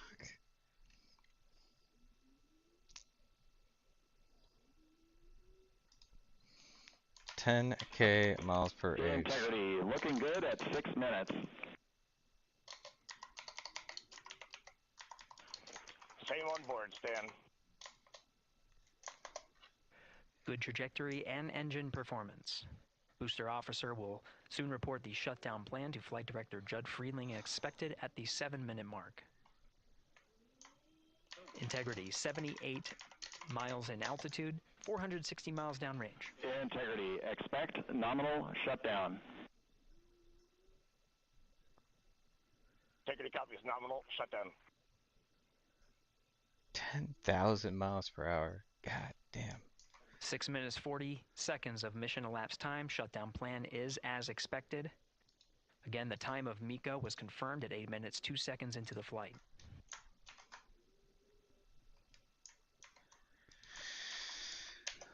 That's got to be an infrared view right there. 7 minutes of mission elapsed time. Throttling down as we approach the abort once around option. Milestone at the 7-minute 30-second mark. Now 84 miles in altitude, 650 miles downrange, traveling more than 15,000 miles per hour. Integrity, AOA open. AOA open.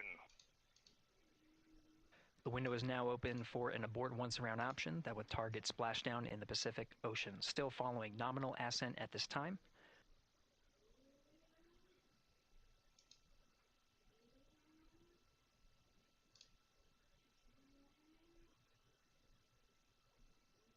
About 10 seconds remaining until the main engine cutoff of the Space Launch System core stage.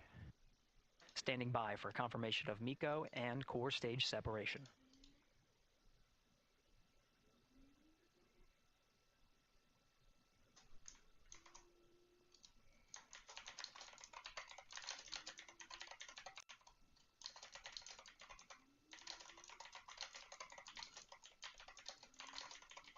Integrity, nominal MECO, core stage separated.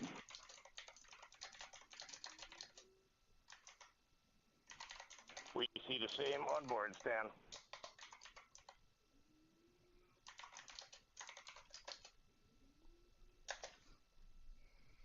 Eight minutes 40 seconds into the flight, we have a nominal main engine cutoff heading in the right trajectory on the way to swing around the moon.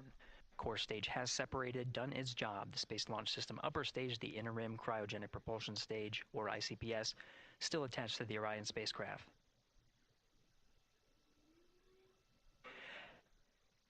Nine minutes of mission elapsed time. Integrity crew of Reed Wiseman, Victor Glover, Christina Cook, and Jeremy Hansen now in orbit around the Earth at the beginning of their journey to the moon.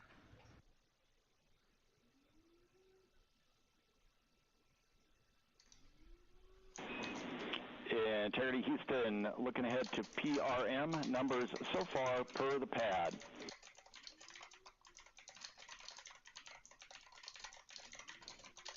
Copy that, Stan. Numbers for the pad.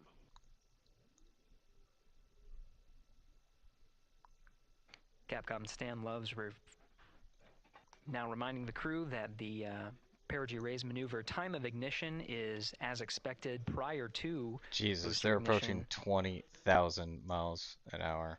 That time being 49 minutes 50 seconds of mission elapsed time. That's crazy.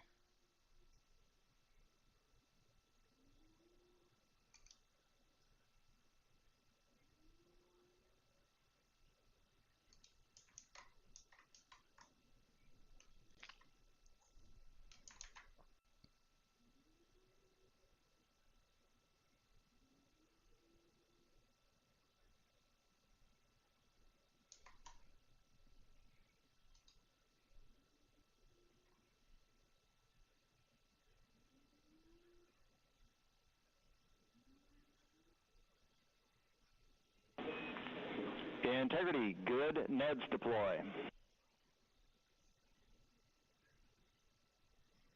Do you not have cameras on that? Copy that, Stan. Good, Neds.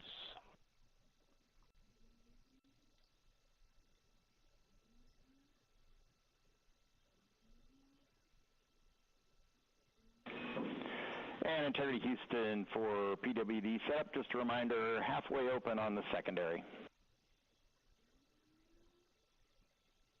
We copy that, Stan. Halfway open.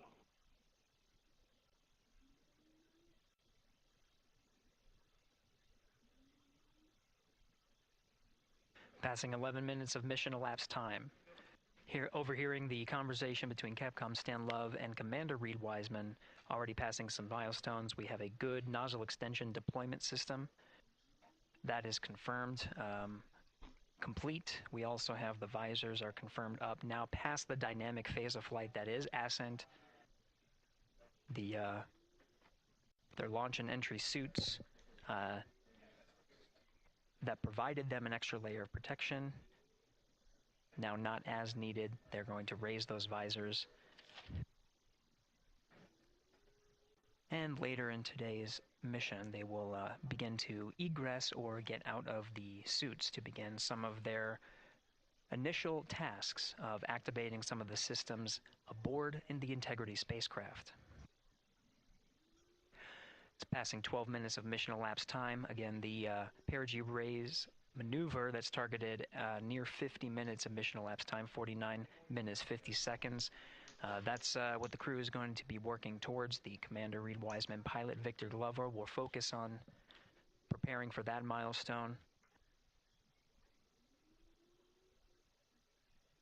In the meantime, mission specialist Christina Cook and Jeremy Hansen will start some of the activation of environmental control life support systems. You may hear confirmation of their activation over the Orion to Earth communication network.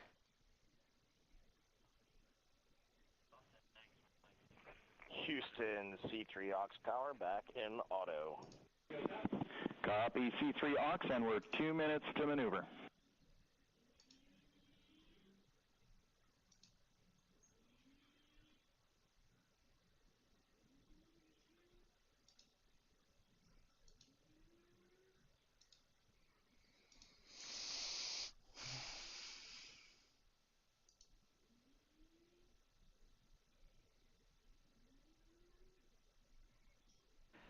"13 minutes and 30 seconds of mission elapsed time. We're going to continue to follow the crew of the Artemis 2 mission. Christopher says beginning we're their going journey back around the moon to verify to the systems moon. that will take us to its surface. Incredible ascent. Artemis 2 is underway. In parentheses, Reed Wiseman, back. Victor Glover, Christina Cook, and Jeremy Hansen Hilarious. begin their journey to the moon. Still milestones Hilarious. to come up as we await solar array deploy and the critical burns Yeah, that will so give in the Integrity background, guys, its we're high cooking Earth orbit some around the more Earth enhancements before to engines the are Dow fired launcher. to get us around I the moon. am officially keep out of tabs time on to Integrity. today, so we'll go ahead and show you guys what we got currently. Definitely made a ton of UI enhancements over here, so we'll walk through some of those. I think the last one we discussed was some basic updates to the light theme. Additional things we added here is just a better layout to the Dow details page. These proposals are now in list form. You have those here as well with some quick filters, so you can see what's in current state. We have these tags here, which are absolutely beautiful. Let's see here, what else do we got? We updated this for process proposals in, what was I going to show you? Oh, in new proposal, we have this new layout here. The icons have been updated. Those look great. We also enhanced overall proposal forms with these additional details down here. That is applied to almost all proposal forms, so those are looking good. Membership changes, this is all looking really good in dark mode. It's absolutely gorgeous. Governance config, yada yada yada. Again, looking good in navigators. We have these, which are looking good.